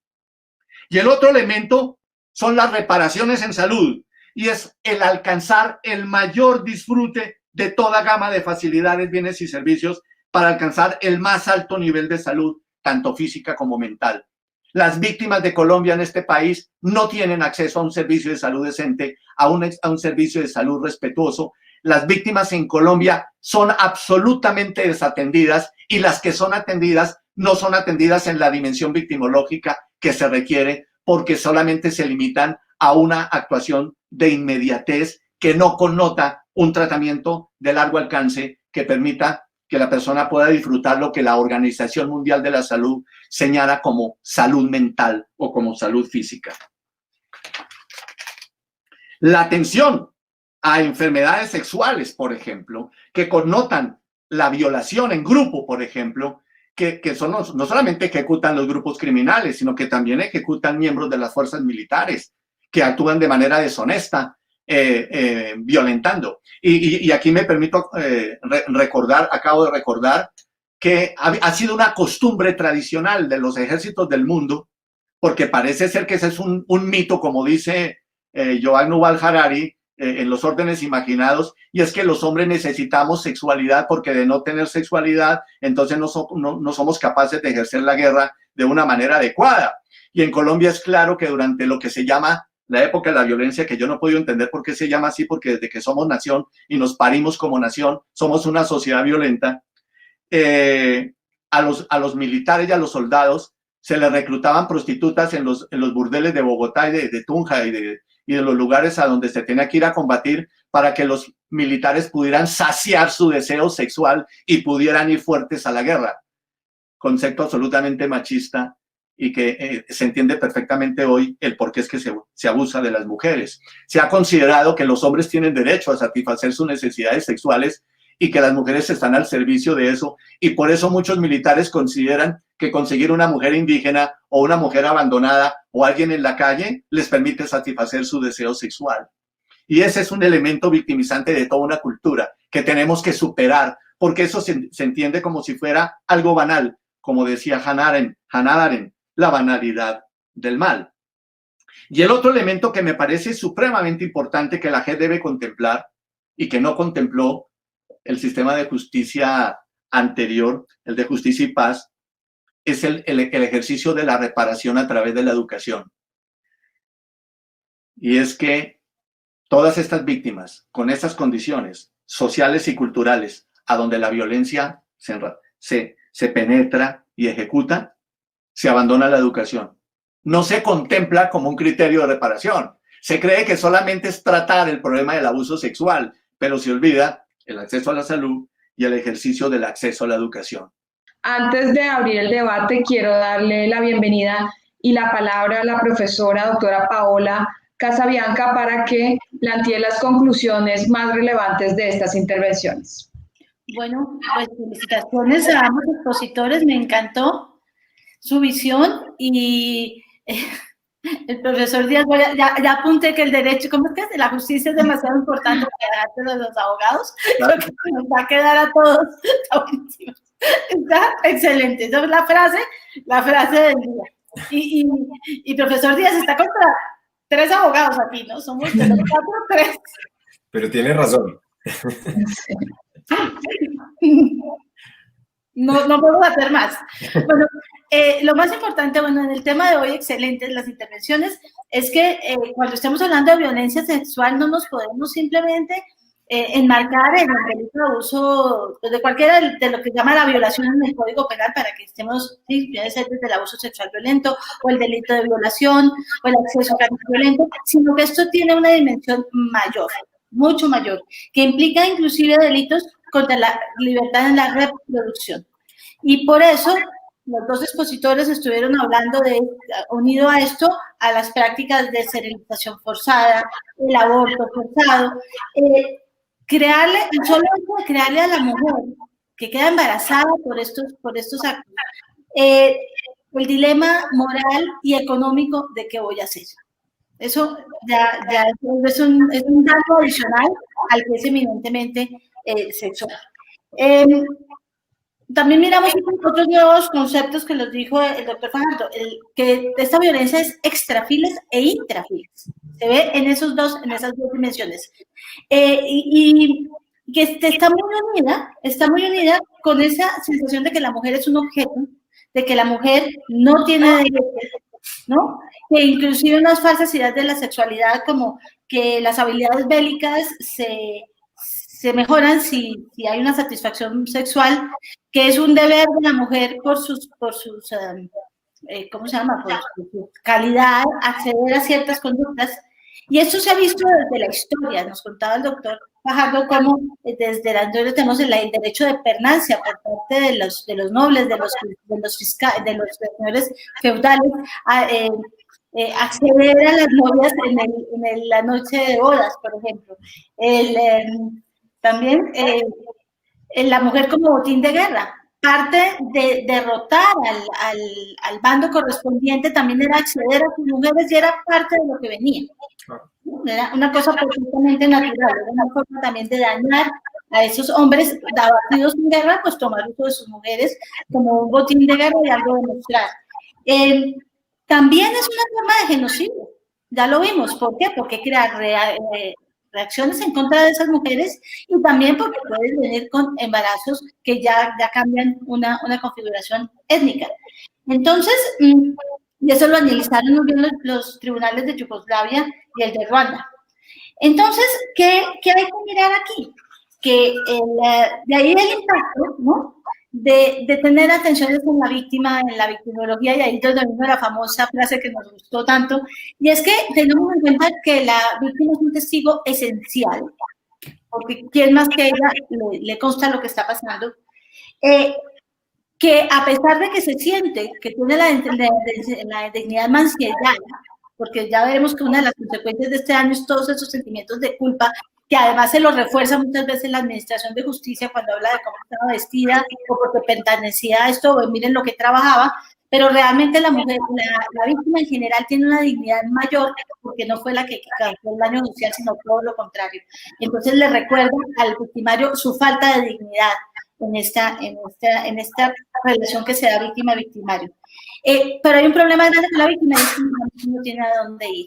Y no tiene a dónde ir porque el sistema realmente no está preparado para las víctimas. No tiene en cuenta la verdad procesal. A veces creemos que con llegar a una verdad procesal ya dejamos a la víctima suficientemente reparada, y a la víctima hay que oírle su verdad con todas sus expresiones propias de la ira y el dolor que está sintiendo, y no bajo los cánones que nosotros los abogados miramos o examinamos un testimonio Y los servicios de atención a la víctima entonces tienen que ser generales, también en salud, también en la salud no solo física, sino mental, y lo más importante, una reparación también de la comunidad, una reparación colectiva, porque cuando hay una víctima, no solamente es ella la víctima, no solamente es rechazada por su comunidad, lo cual le va a generar a ella también sentimientos de culpabilidad y una desconfianza alrededor, sino que la comunidad que es víctima de esa, también, ya de manera colectiva,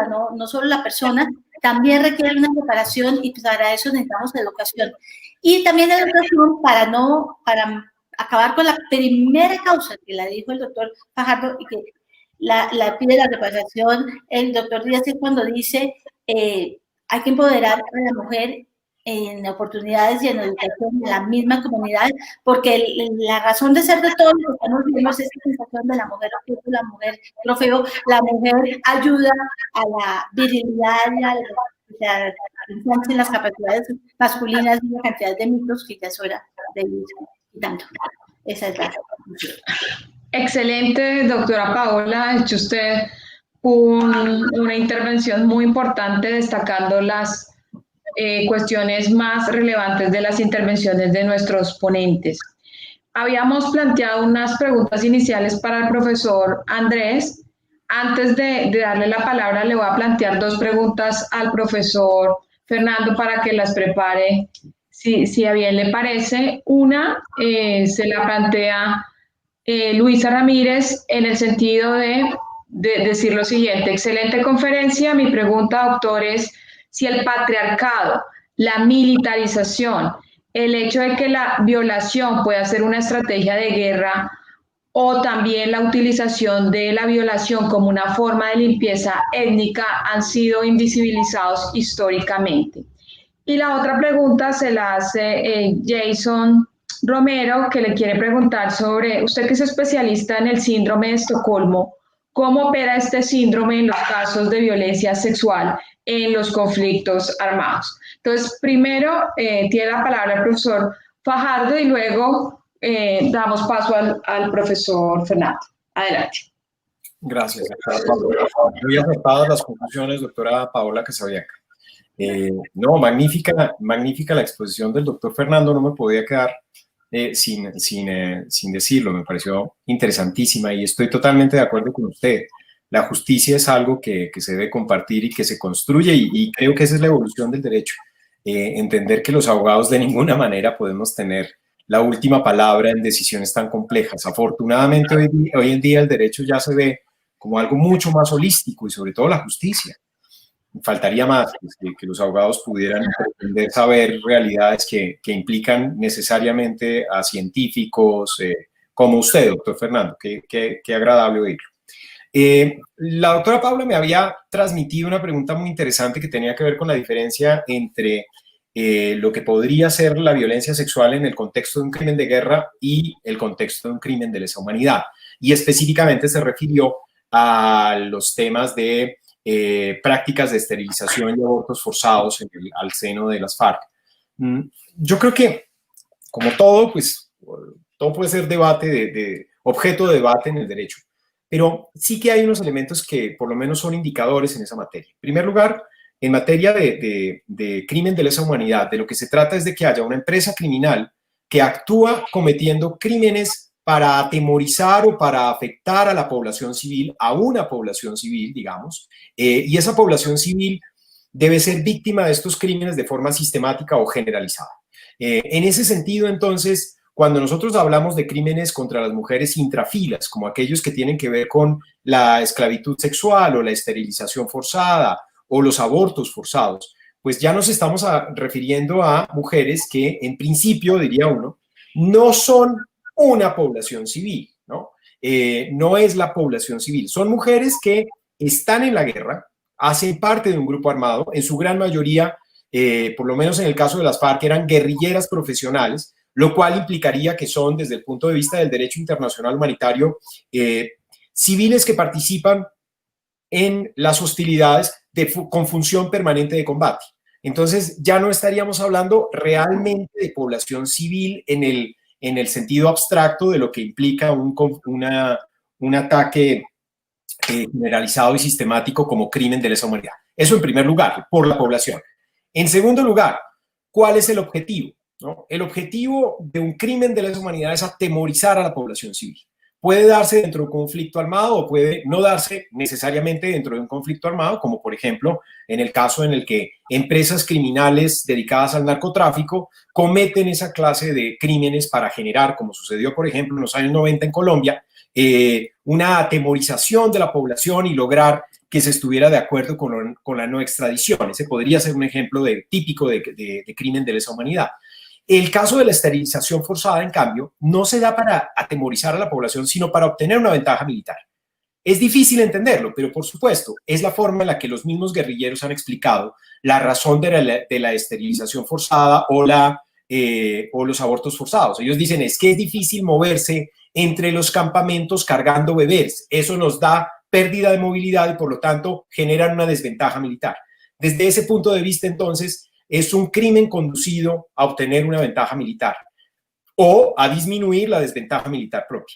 Por lo tanto, entonces, tiene elementos contextuales que permitirían enmarcarlo más como un crimen de guerra. Y por último, independientemente del número de víctimas que haya tenido, lo cierto es que era un plano política del grupo. Digamos, está claramente documentado que estos no fueron hechos aislados, que se cometieron por la voluntad de un médico o de otro, sino que en realidad había una planificación generalizada de evitar que hubiera nacimientos en el seno del grupo.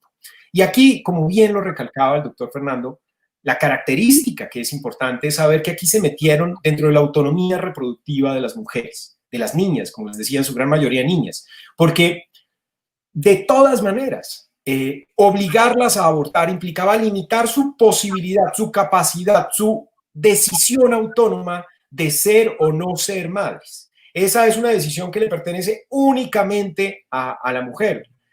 Pues digamos, es debatible, ¿no? Por supuesto, el tema del aborto y tal, pero en todo caso, que haya un tercero que quiera tomar decisiones sobre la reproducción de una mujer es algo que está claramente prohibido. Eso sí que es un delito en todos los países del mundo. Entonces, por supuesto que es un crimen desde ese punto de vista y tiene más connotaciones de crimen de guerra que crimen de lesa humanidad. En cuanto a la segunda pregunta, creo que fue justamente lo que explicó con amplios elementos, con amplios elementos científicos, el doctor Fernando, y es la posibilidad de quedarse o no quedarse con el niño, si el niño debe tener o no debe tener padre. Ese es un tema muy, muy complejo. Ese es un tema que tiene que ver con una decisión absolutamente autónoma e independiente de la mujer, de la madre. Digamos, la violación sexual es un daño gravísimo, ¿no? El doctor Fernando lo explicaba y, por ejemplo, independientemente, digamos, los tribunales penales internacionales lo consideraron una tortura, pero, por ejemplo, en el caso del penal Castro contra Perú, la Corte Interamericana de Derechos Humanos dijo que el solo hecho de haber amenaza de violación sexual ya era una tortura. Ahora, ¿cuándo es una tortura y cuándo no? Eso se analiza a la luz de los ojos de la víctima. Depende de la posibilidad de la víctima de resistirse del hecho, de la lesividad que esa amenaza le causa a la víctima. En ese caso, se trataba de mujeres que iban a ser pasadas de un patio a otro dentro de una situación de amotinamiento, donde no había nadie que supiera de su vida y los guardianes entonces las van llevando, las obligan a desnudarse y las empiezan a acosar. Pues claro que para ellas fue una tortura. Esas mujeres no tenían cómo defenderse, estaban en absoluta incapacidad o en absoluta indefensión. Eran una víctima de tortura. Y es muy interesante. Hay un paralelo que siempre se hace entre dos casos del Tribunal Europeo para entender eso. Uno es el de un niño en la isla de Man, en la que una profesora le pega con una vara. Y otra, un miembro del IRA que lo ponen en un cuarto de insonorización, digamos, donde le quitan pues toda la posibilidad de saber qué hora es, de poder ubicarse, ¿no? De aislamiento absoluto. Y entonces cuando llega al Tribunal Europeo, en el Tribunal Europeo los dos casos dicen cuál es tortura y cuál no. Y obviamente uno diría pues al tipo del IRA que lo metieron en ese cuarto destinado a obtener información. Y el Tribunal Europeo dice no, es tortura lo del niño, porque el niño que fue golpeado con la varita frente a todos los compañeros del colegio le dejó una lesión terrible. Él no tenía cómo resistirse, fue una humillación, fue un maltrato que le dejó lesiones psicológicas graves. En cambio, el señor del IRA era un tipo entrenado para soportar eso y mucho más. Entonces lo que importa es la víctima. De manera que calificarlo objetivamente, pues no funciona. Hay que ver en cada caso qué es lo que cada víctima requiere. Y bueno, eso es un poco mi punto de vista sobre ese tema. Muchas gracias. Tienes el micrófono apagado, Pau. Muchas gracias, qué interesante. Luego volvemos a tratar otros temas que están llegando por las redes sociales. Profesor Fernando. Sí, doctora Paola. A ver, la primera pregunta. La historia, la antropología cultural no ha podido, desde el punto de vista científico, explicar el por qué en la mayoría de culturas estudiadas en el mundo, la mujer ha sido considerada una persona inferior al hombre. Esa es una gran pregunta. Incluso Yuval Noah Harari intenta dar una explicación desde el punto de vista de la fuerza, desde el punto de vista del poder, desde el punto de vista económico, pero no le convence ninguna de esas explicaciones. Y dijéramos que desde el punto de vista occidental no cabe duda que la postura socrática originaria planteada por Aristóteles y por Platón, que son el origen del abrahamismo, señalan fundamentalmente a la mujer como un ser absolutamente inferior. Y por lo tanto, la construcción colectiva, el imaginario colectivo de que la mujer es un ser inferior, es la condición de violencia que la coloca en una condición de ser víctima natural de estos hechos violentos. Cuando uno estudia el problema del paramilitarismo en Colombia y mira los trabajos de grado de los estudiantes, uno encuentra que el paramilitar se convence a través de un ejercicio de lavado de cerebro que el guerrillero no merece vivir, que es un ser inferior, que no puede estar al lado del otro y por lo tanto no puedo dialogar con él, no puedo conversar con él y lo que tengo que hacer es eliminarlo, quitarlo del lado. En la historia de violencia en Colombia, la connotación sexual ha tenido un gran impacto, pero ha sido invisibilizada. ¿Por qué ha sido invisibilizada? Porque lo que importan son los actos que generan el poder de quien detenta el ejercicio violento. Y, por ejemplo, el quitarle los órganos genitales a las víctimas, hombres, y colocárselos en la boca, era una práctica de los años 30 y 40 de la violencia en Colombia, que está relatada en el texto de Falsborda. Y dijéramos que el ejercicio de violar a las mujeres e incluso de abrirles el estómago, la parte abdominal y sacarles el feto, por ejemplo, y partirlo en pedazos, era una práctica muy común de la violencia en Colombia. Es decir, nosotros, y cuando uno habla, por ejemplo, y mira las tragedias de los Hutus y de los Tutsis, o las tragedias acaecidas en el caso de la violencia en la de Yugoslavia, y en el caso peruano, por ejemplo, voy a dar este ejemplo. En el caso peruano, los soldados que pertenecen a clases sociales indígenas, los soldados más rasos, no los generales, ni los que tienen alto poder, cuando llegaban al lugar para violar a las mujeres de los territorios que consideraban muy propicios de Sendero Luminoso, el soldado escogía a las mujeres, las colocaba en fila y escogía a las más feitas para que las violaran los soldados, y a las más agraciadas y las más bonitas se las destinaba a los generales y coroneles, en un ejercicio estigmatizante de belleza cruel de la guerra.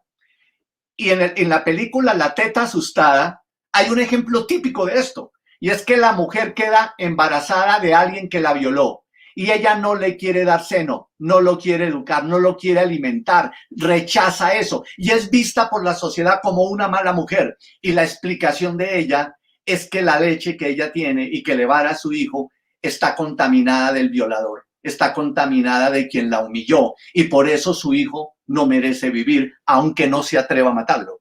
Esos elementos culturales todavía se mantienen y son invisibilizados en términos de que no importa lo que se haga, porque el ejercicio de humillar es válido en el triunfador. La guerra es del que triunfa, el discurso es del que triunfa, y por eso, como dijo Benjamin, hay que reconstruir la historia, porque la víctima tiene que hablar, la víctima tiene que decir, y la historia sin el testimonio de la víctima no es historia. Y la segunda pregunta sobre el síndrome de Estocolmo, no. El síndrome de Estocolmo es una categoría psicológica creada a través de los años 70 con un asalto que se realizó en en un banco en Estocolmo, y el síndrome de Estocolmo tiene una característica fundamental, y es que generalmente se da en los casos de secuestro o de retención forzada, o en algún lugar donde el criminal tiene el poder y la autoridad se convierte en un enemigo para poder salvar la vida.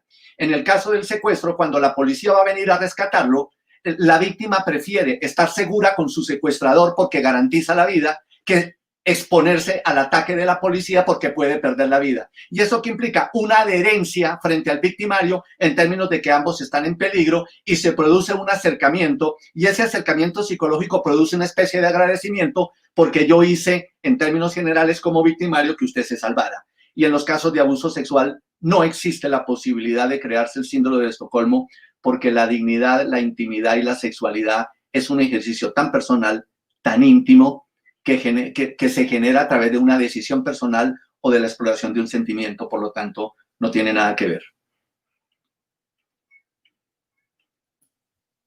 El micrófono. Sí, gracias. Quiero formular dos preguntas para nuestros expositores que han llegado a través de Facebook Live. Uno, ¿qué pasa con la violencia sexual contra hombres y niños, con prácticas como violación, tortura, mutilaciones de órganos sexuales, entre otras agresiones por parte de las comunidades enemigas en Colombia? ¿Realmente tenemos decisiones en este ámbito o se trata de una zona oscura de la criminalidad? Y dos, los altos niveles de impunidad de actos de violencia sexual en conflictos internos demuestran el impacto duradero que puede tener la violencia sexual vinculada con los conflictos.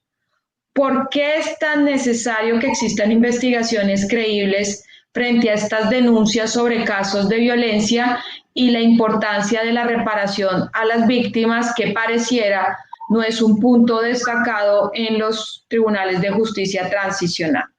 No sé cómo las quieren responder, doctor Andrés. A ver, bueno, entonces son dos cosas, ¿no? La primera, voy a contestar primero la segunda pregunta, que me parece interesantísima, y es ¿por qué es tan importante investigar el tema? Yo creo que es importante investigar todos los crímenes que suceden, pero este especialmente tiene relevancia porque es un crimen en donde la investigación, juicio y sanción de los responsables se convierte en una garantía de no repetición. Es decir, lo que sucede con la impunidad es que la impunidad patrocina estos hechos y hace creer, o de alguna manera replica el círculo vicioso del patriarcalismo, ¿no? Y de este machismo exacerbado, en donde se piensa que el cuerpo de la mujer sí puede ser objeto de la guerra. Y digamos, el daño más grave ni siquiera está en los criminales que cometen esto y en el pensamiento de los actores de la guerra, que normalmente son hombres. La guerra la han hecho los hombres a lo largo de la historia, y las mujeres son víctimas de esa guerra de los hombres. El daño más grave está en que las mujeres crean que no tienen derecho a reclamar, en que las mujeres, digamos, en que esto llegue a convencer, llegue a afectar la cultura y el pensamiento, de tal manera que las mujeres lleguen a creerse que son víctimas merecidas de lo que pasa. Digamos, ahí es donde está el hecho más gravoso, en eso que recalcaba hace un momento el doctor Fernando, y es en autoculpabilizarse de lo que sucede. Ese es el daño más grande, y por eso es tan importante que se investigue, que se juzgue, que se sancione. Y aquí hay una contradicción interesante. Justamente ese mismo patriarcalismo que hace que los hombres cometan estos hechos y que crean que pasan impunes con estos hechos, ese mismo patriarcalismo hace que sean incapaces de reconocer que violan mujeres. Por eso es tan difícil, por eso en Justicia y Paz sucedió que hubo gente que prefirió renunciar a los beneficios de Justicia y Paz que aceptar que es un violador. Y eso es algo que incluso deben las cárceles. Si a alguien castigan en una prisión, es un violador. Digamos, es una cosa súper compleja, porque en el fondo hay una cierta indignidad aún reconocida por los propios criminales de esa clase de hechos. Por eso es tan importante que se investigue, juzgue y sancione. Respecto del primer punto, que tenía que ver con la violencia sexual contra hombres y niños, pues por supuesto que es un tema que hay que investigar, juzgar y condenar. Se da en muchísimo menor grado y número que lo que sucede contra las mujeres. Ahí también hay que diferenciar cuáles son violencia basada en género y cuál no. Quiero decir, violencia basada en género es toda forma de violencia que está destinada a atentar contra lo que se basa, digamos, contra este pensamiento de que el género hace que las mujeres estén bajo la dominación de los hombres. Y por lo tanto, la violencia basada en género también puede ir contra hombres que, por ejemplo, tienen una orientación sexual diversa o tienen una expresión de género diverso y que, por lo tanto, quieren representarse como mujer. Entonces, y esto lo vimos también en la época del paramilitarismo, donde cada vez que ellos llegaban a una zona, lo primero que atacaban era a las personas transgénero. Entonces, ahí puede haber algunos hechos muy interesantes y las investigaciones que han sido lentas sobre esa materia, pero que las hay, han dado un poco de claridad sobre ese estigma. Se basa en la misma idea, por eso es violencia basada en género, se basa en la misma idea de que todo lo femenino es inferior, de que todo lo que tenga que ver con el cuerpo femenino le pertenece al hombre y puede ser atropellado y maltratado porque, y ahí quisiera yo terminar esta charla, y ahí llegamos al punto donde yo comenzaba, y es que no se reconoce que las mujeres, o se basan todos estos crímenes en no reconocerlas como seres humanos dignos. Y es muy importante, esa diferenciación lo es todo. Y sabe que las mujeres son cosas, son elementos, son piezas. Los alemanes, por ejemplo, cuando tenían a los judíos en los campos de concentración, no les llamaban personas, les llamaban das Stück, que significa piezas. Entonces hablaban de cuántas piezas hay en el campo de concentración tal. ¿Por qué? Porque justamente querían deshumanizarlo, no tratarlo como un igual, sino como una cosa de la cual se puede prescindir o sobre la cual puede haber propiedad. El gran problema de todo esto es seguir pensando que las mujeres son cosificables, son cosas, son monedas, tanto en la guerra como en la vida diaria, digamos. Hoy las nuevas formas de esclavitud tienen que ver con eso, con tratas de mujeres. Y, por ejemplo, el tema de la inmigración venezolana está abriendo nuevas fórmulas de esclavitud en Colombia, mucha de la cual tiene relación directa con eso, con la cosificación del cuerpo de las mujeres. La guerra nos ha dado una lección enorme a través de la historia y nos ha permitido reflexionar, pero la reflexión más importante es eso: todo ser humano es digno por ser humano, no importa ninguna otra condición, y todos estos crímenes se dan básicamente bajo la idea de que hay seres humanos que no son dignos de ser tratados como humanos. Eso es todo. Excelente. Gracias. Excelente. Profesor. Mire, no, yo estoy plenamente. A ver, yo celebro haberme encontrado hoy con el doctor Fajardo y quisiera que hubieran muchos más Fajardos, porque en mi actividad profesional con abogados, y yo soy miembro del Centro de Criminología que fundamos hace muchos años con Julio San Pedro, con el doctor Ibáñez, que fue presidente de la Corte, con el doctor Granados, y con todos ellos he trabajado. Y una de las cosas que yo quisiera es que existieran muchos más doctores Fajardo, de verdad que sí, porque no lo son. Escucharlo es esperanzador, incluso creo que las mujeres que están escuchándolo, y por el cargo que usted ocupa y la importancia que tiene en el campo del derecho, creo que es una esperanza. Yo estoy de acuerdo con el doctor Fajardo en lo que está señalando, pero quiero hacer una precisión, y es que como los seres humanos somos irracionales, no somos racionales, y los seres humanos nos conducimos es por mitos y por creencias. Uno de los mayores mitos que imperan en Occidente es que solo existen, en términos normales, la heterosexualidad, es decir, que la sexualidad solo es posible entre hombres y mujeres. La psicología hasta hace 20 años creía que la homosexualidad era una enfermedad. Entonces, el marco de significación cultural señala que solo es posible ser normal si se es hombre, se es mujer desde la heterosexualidad. Pero negamos la existencia del transexualismo, del bisexualismo, de la homosexualidad, de las diferentes formas que se plantea lo que ahora se llama en esa sigla LGTBI. Y entonces, esa concepción cultural de normalidad hace que el crimen contra un gay, el crimen contra un transexual, el crimen contra alguien que no lo es, sea válido, porque está considerado como fuera de la sociedad, porque es permitido dañarlo y porque es una especie de daño a la sociedad normal que exige la presencia de lo heterosexual. Y ese es un pensamiento dominante de Occidente. Entonces, ese es un elemento que hay que considerar y que la ley debe defender. El primer derecho humano está equivocado. Nosotros no somos iguales. El primer derecho humano es, somos distintos, somos diferentes y tenemos derecho a ser distintos. Es al revés. O sea, el primer derecho humano, en mi opinión particular, es que se tiene que entender que somos distintos y que tenemos derecho a ser gay, a ser transexuales, a ser bisexuales, a ser heterosexuales, y que eso no implica el rechazo de quien genera una normalidad impuesta por un ejercicio político. Y el segundo elemento que planteó el doctor Fajardo, y que yo intento ayudar en esta comprensión, el del paramilitarismo y por qué se retiraron, porque no querían reconocer.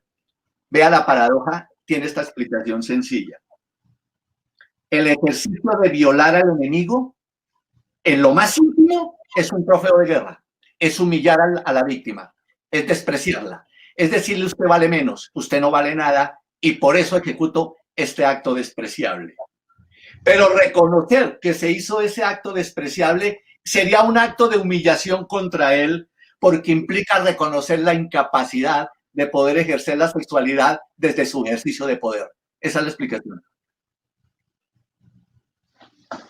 Qué bien, excelente. Sabemos que las agendas de ustedes son muy ocupadas, pero vamos a terminar aquí con dos rápidas preguntas para rápidas respuestas a pesar de la complejidad. La violencia contra las mujeres en tiempos de paz y en tiempos de guerra tiene lugar fundamentalmente en el ámbito doméstico, porque esto no se entiende en el conflicto armado y sí en el marco de las relaciones íntimas afectivas.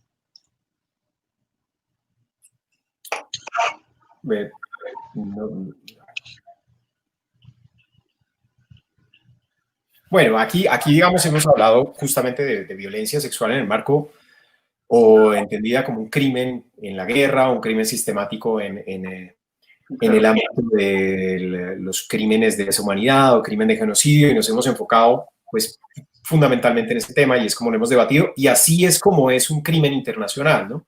La violencia que se da en el ámbito doméstico también se basa en los mismos estereotipos culturales, patriarcales, machistas, pero claro, tiene otras dinámicas, ¿no? No es un crimen de guerra, no se hace con el cuerpo de la mujer como botín de guerra, no utiliza estos mismos paradigmas de cosificación de la mujer, sino otros distintos.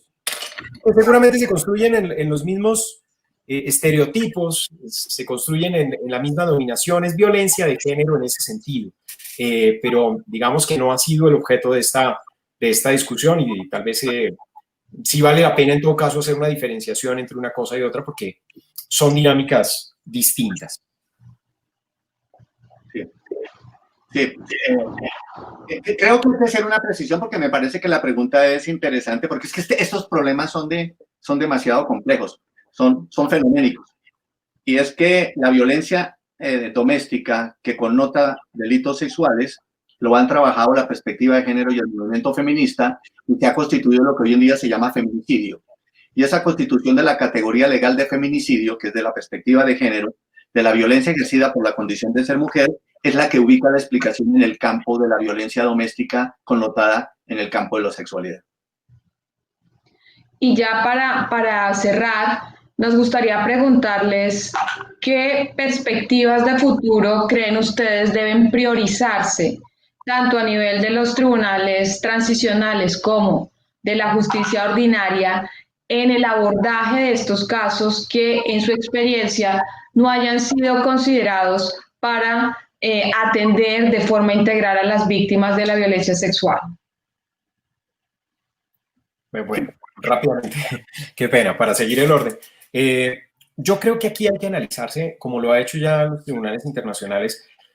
Mire, inicialmente, por ejemplo, la violación sexual, entonces solo podía ser, se consideraba un delito de propia mano, solo podía ser responsable la persona que accedió materialmente, sexualmente a una mujer. Poco a poco se ha entendido que esto en la guerra tiene otras características. Entonces, la violencia sexual ya no es solamente de aquel que directamente accedió violentamente a la mujer, sino que la violencia sexual primero tiene ya toda una gama de acciones que la comete, digamos que la integran, ¿no? Desde el tema reproductivo, todo lo que tenga que ver con la libertad y dignidad sexual. Pero además el responsable en últimas, igual que en todas estas categorías que nos ha enseñado Roxy, pues el responsable al final termina siendo aquel que tenía el poder sobre los hechos, ¿no? El que realmente podía incidir en que ocurriera o no ocurriera el hecho, el que pudo haber controlado que eso no sea una política del grupo, el que pudo haber prevenido cuando se dio cuenta de lo que estaba sucediendo. Y esas, en el fondo, son, yo creo, los caminos que están demarcados. Generar responsabilidad por acción y por omisión frente a esta clase de cosas, porque es que no puede simplemente escudarse el militar, el comandante, etcétera, en que no, yo no fui, no, yo creo que en esto hay que ir un poco más allá e ir absorbiendo de ese aprendizaje internacional, del derecho internacional y de lo que compete a los crímenes internacionales también para temas un poco más del derecho penal ordinario. Es decir, la violencia sexual se ejerce de una forma dinámica y compleja, en donde la omisión de deberes legales también puede terminar siendo fruto de responsabilidad. Eso en primer lugar, y en segundo lugar, como siempre, creo que lo importante es centrarse en la víctima. Creo que lo más importante en esta clase de hechos es entender que la justicia es una primera forma de satisfacción, ¿no? El segundo nivel de la reparación integral, como lo explicó el doctor Fernando, es la satisfacción. Y la justicia, la decisión es muy importante, la verdad es importante. Entonces hay que centrarse en la víctima. ¿Qué es lo que quieren las víctimas? En últimas, lo que quieren las víctimas es que estos señores sepan que lo que hicieron es un crimen y que la sociedad los rechace y los condene. Yo creo que ese es el camino para ir reconstruyendo un poquito esta clase de situaciones. Bueno, a ver, la conclusión mía es un poco sencilla, dijéramos, y es, primero, el cumplimiento de los protocolos de atención especializada que existen para las víctimas de delitos sexuales. Hay suficiente información en el mundo, suficientes organizaciones en Colombia, suficientes protocolos, estamos llenos de procedimientos que no se cumplen. Es el primer ejercicio, llevar a cabo ese y preparar psicólogos, sociólogos para trabajar este tipo de problemáticas. No se puede seguir trabajando con estudiantes que prestan servicios a las víctimas para ensayar con ellas. No se puede hacer un ejercicio de cualquier psicólogo para trabajar con víctimas. Esto necesita, como lo dice el protocolo de Estambul, sabiamente, un ejercicio de personal capacitado. Y el segundo es la materialización de la reparación integral a las víctimas que la JEP debe hacer. La JEP tiene una obligación moral y una obligación jurídica con este país, y es reparar de manera integral a las víctimas y sobre todo a las mujeres y a los niños. Y finalmente, la inclusión de eso, esto es una obligación ética, la inclusión de programas de asistencia a las víctimas dentro del sistema de justicia. Esto no puede ser solo despachos judiciales para atender denuncias, recibir investigaciones y oír al fiscal diciendo que hay investigaciones exhaustivas, pero que nunca nadie se sabe cuándo se cumple justicia. Yo creo que es una gran forma de cerrar esta excepcional conferencia, este espacio del saber. Ustedes han dejado planteadas dos visiones integradoras sobre los temas de violencia sexual en los conflictos armados, desde la perspectiva jurídica y también desde la perspectiva psicológica, que deben ir siempre unidos para garantizar no solamente la judicialización de los responsables, sino también las garantías de las víctimas de estos graves crímenes. Queremos agradecerles a nombre de la Universidad Católica de Colombia, el doctor Gilberto Ramírez, quien ha seguido esta conferencia, quien ha dejado planteadas ahí unas preguntas que no tuvimos ocasión de desarrollar. También agradecemos a la doctora Paola Casabianca por acompañarnos, pero especialmente a ustedes dos. Los profesores Díaz y Fajardo han sido excepcionales, y queda esta conferencia para que la sigan viendo y para que sigamos aprendiendo de esa sabiduría que han compartido ustedes en el día de hoy con nosotros. Muchas gracias, qué gusto escucharlos, es motivador, y bueno, esperamos de verdad repetir con otro tema similar este tipo de conferencias. Muchísimas gracias a los tres por estar aquí con nosotros. Y a todos los que han acompañado. Muchas gracias. Muchas gracias.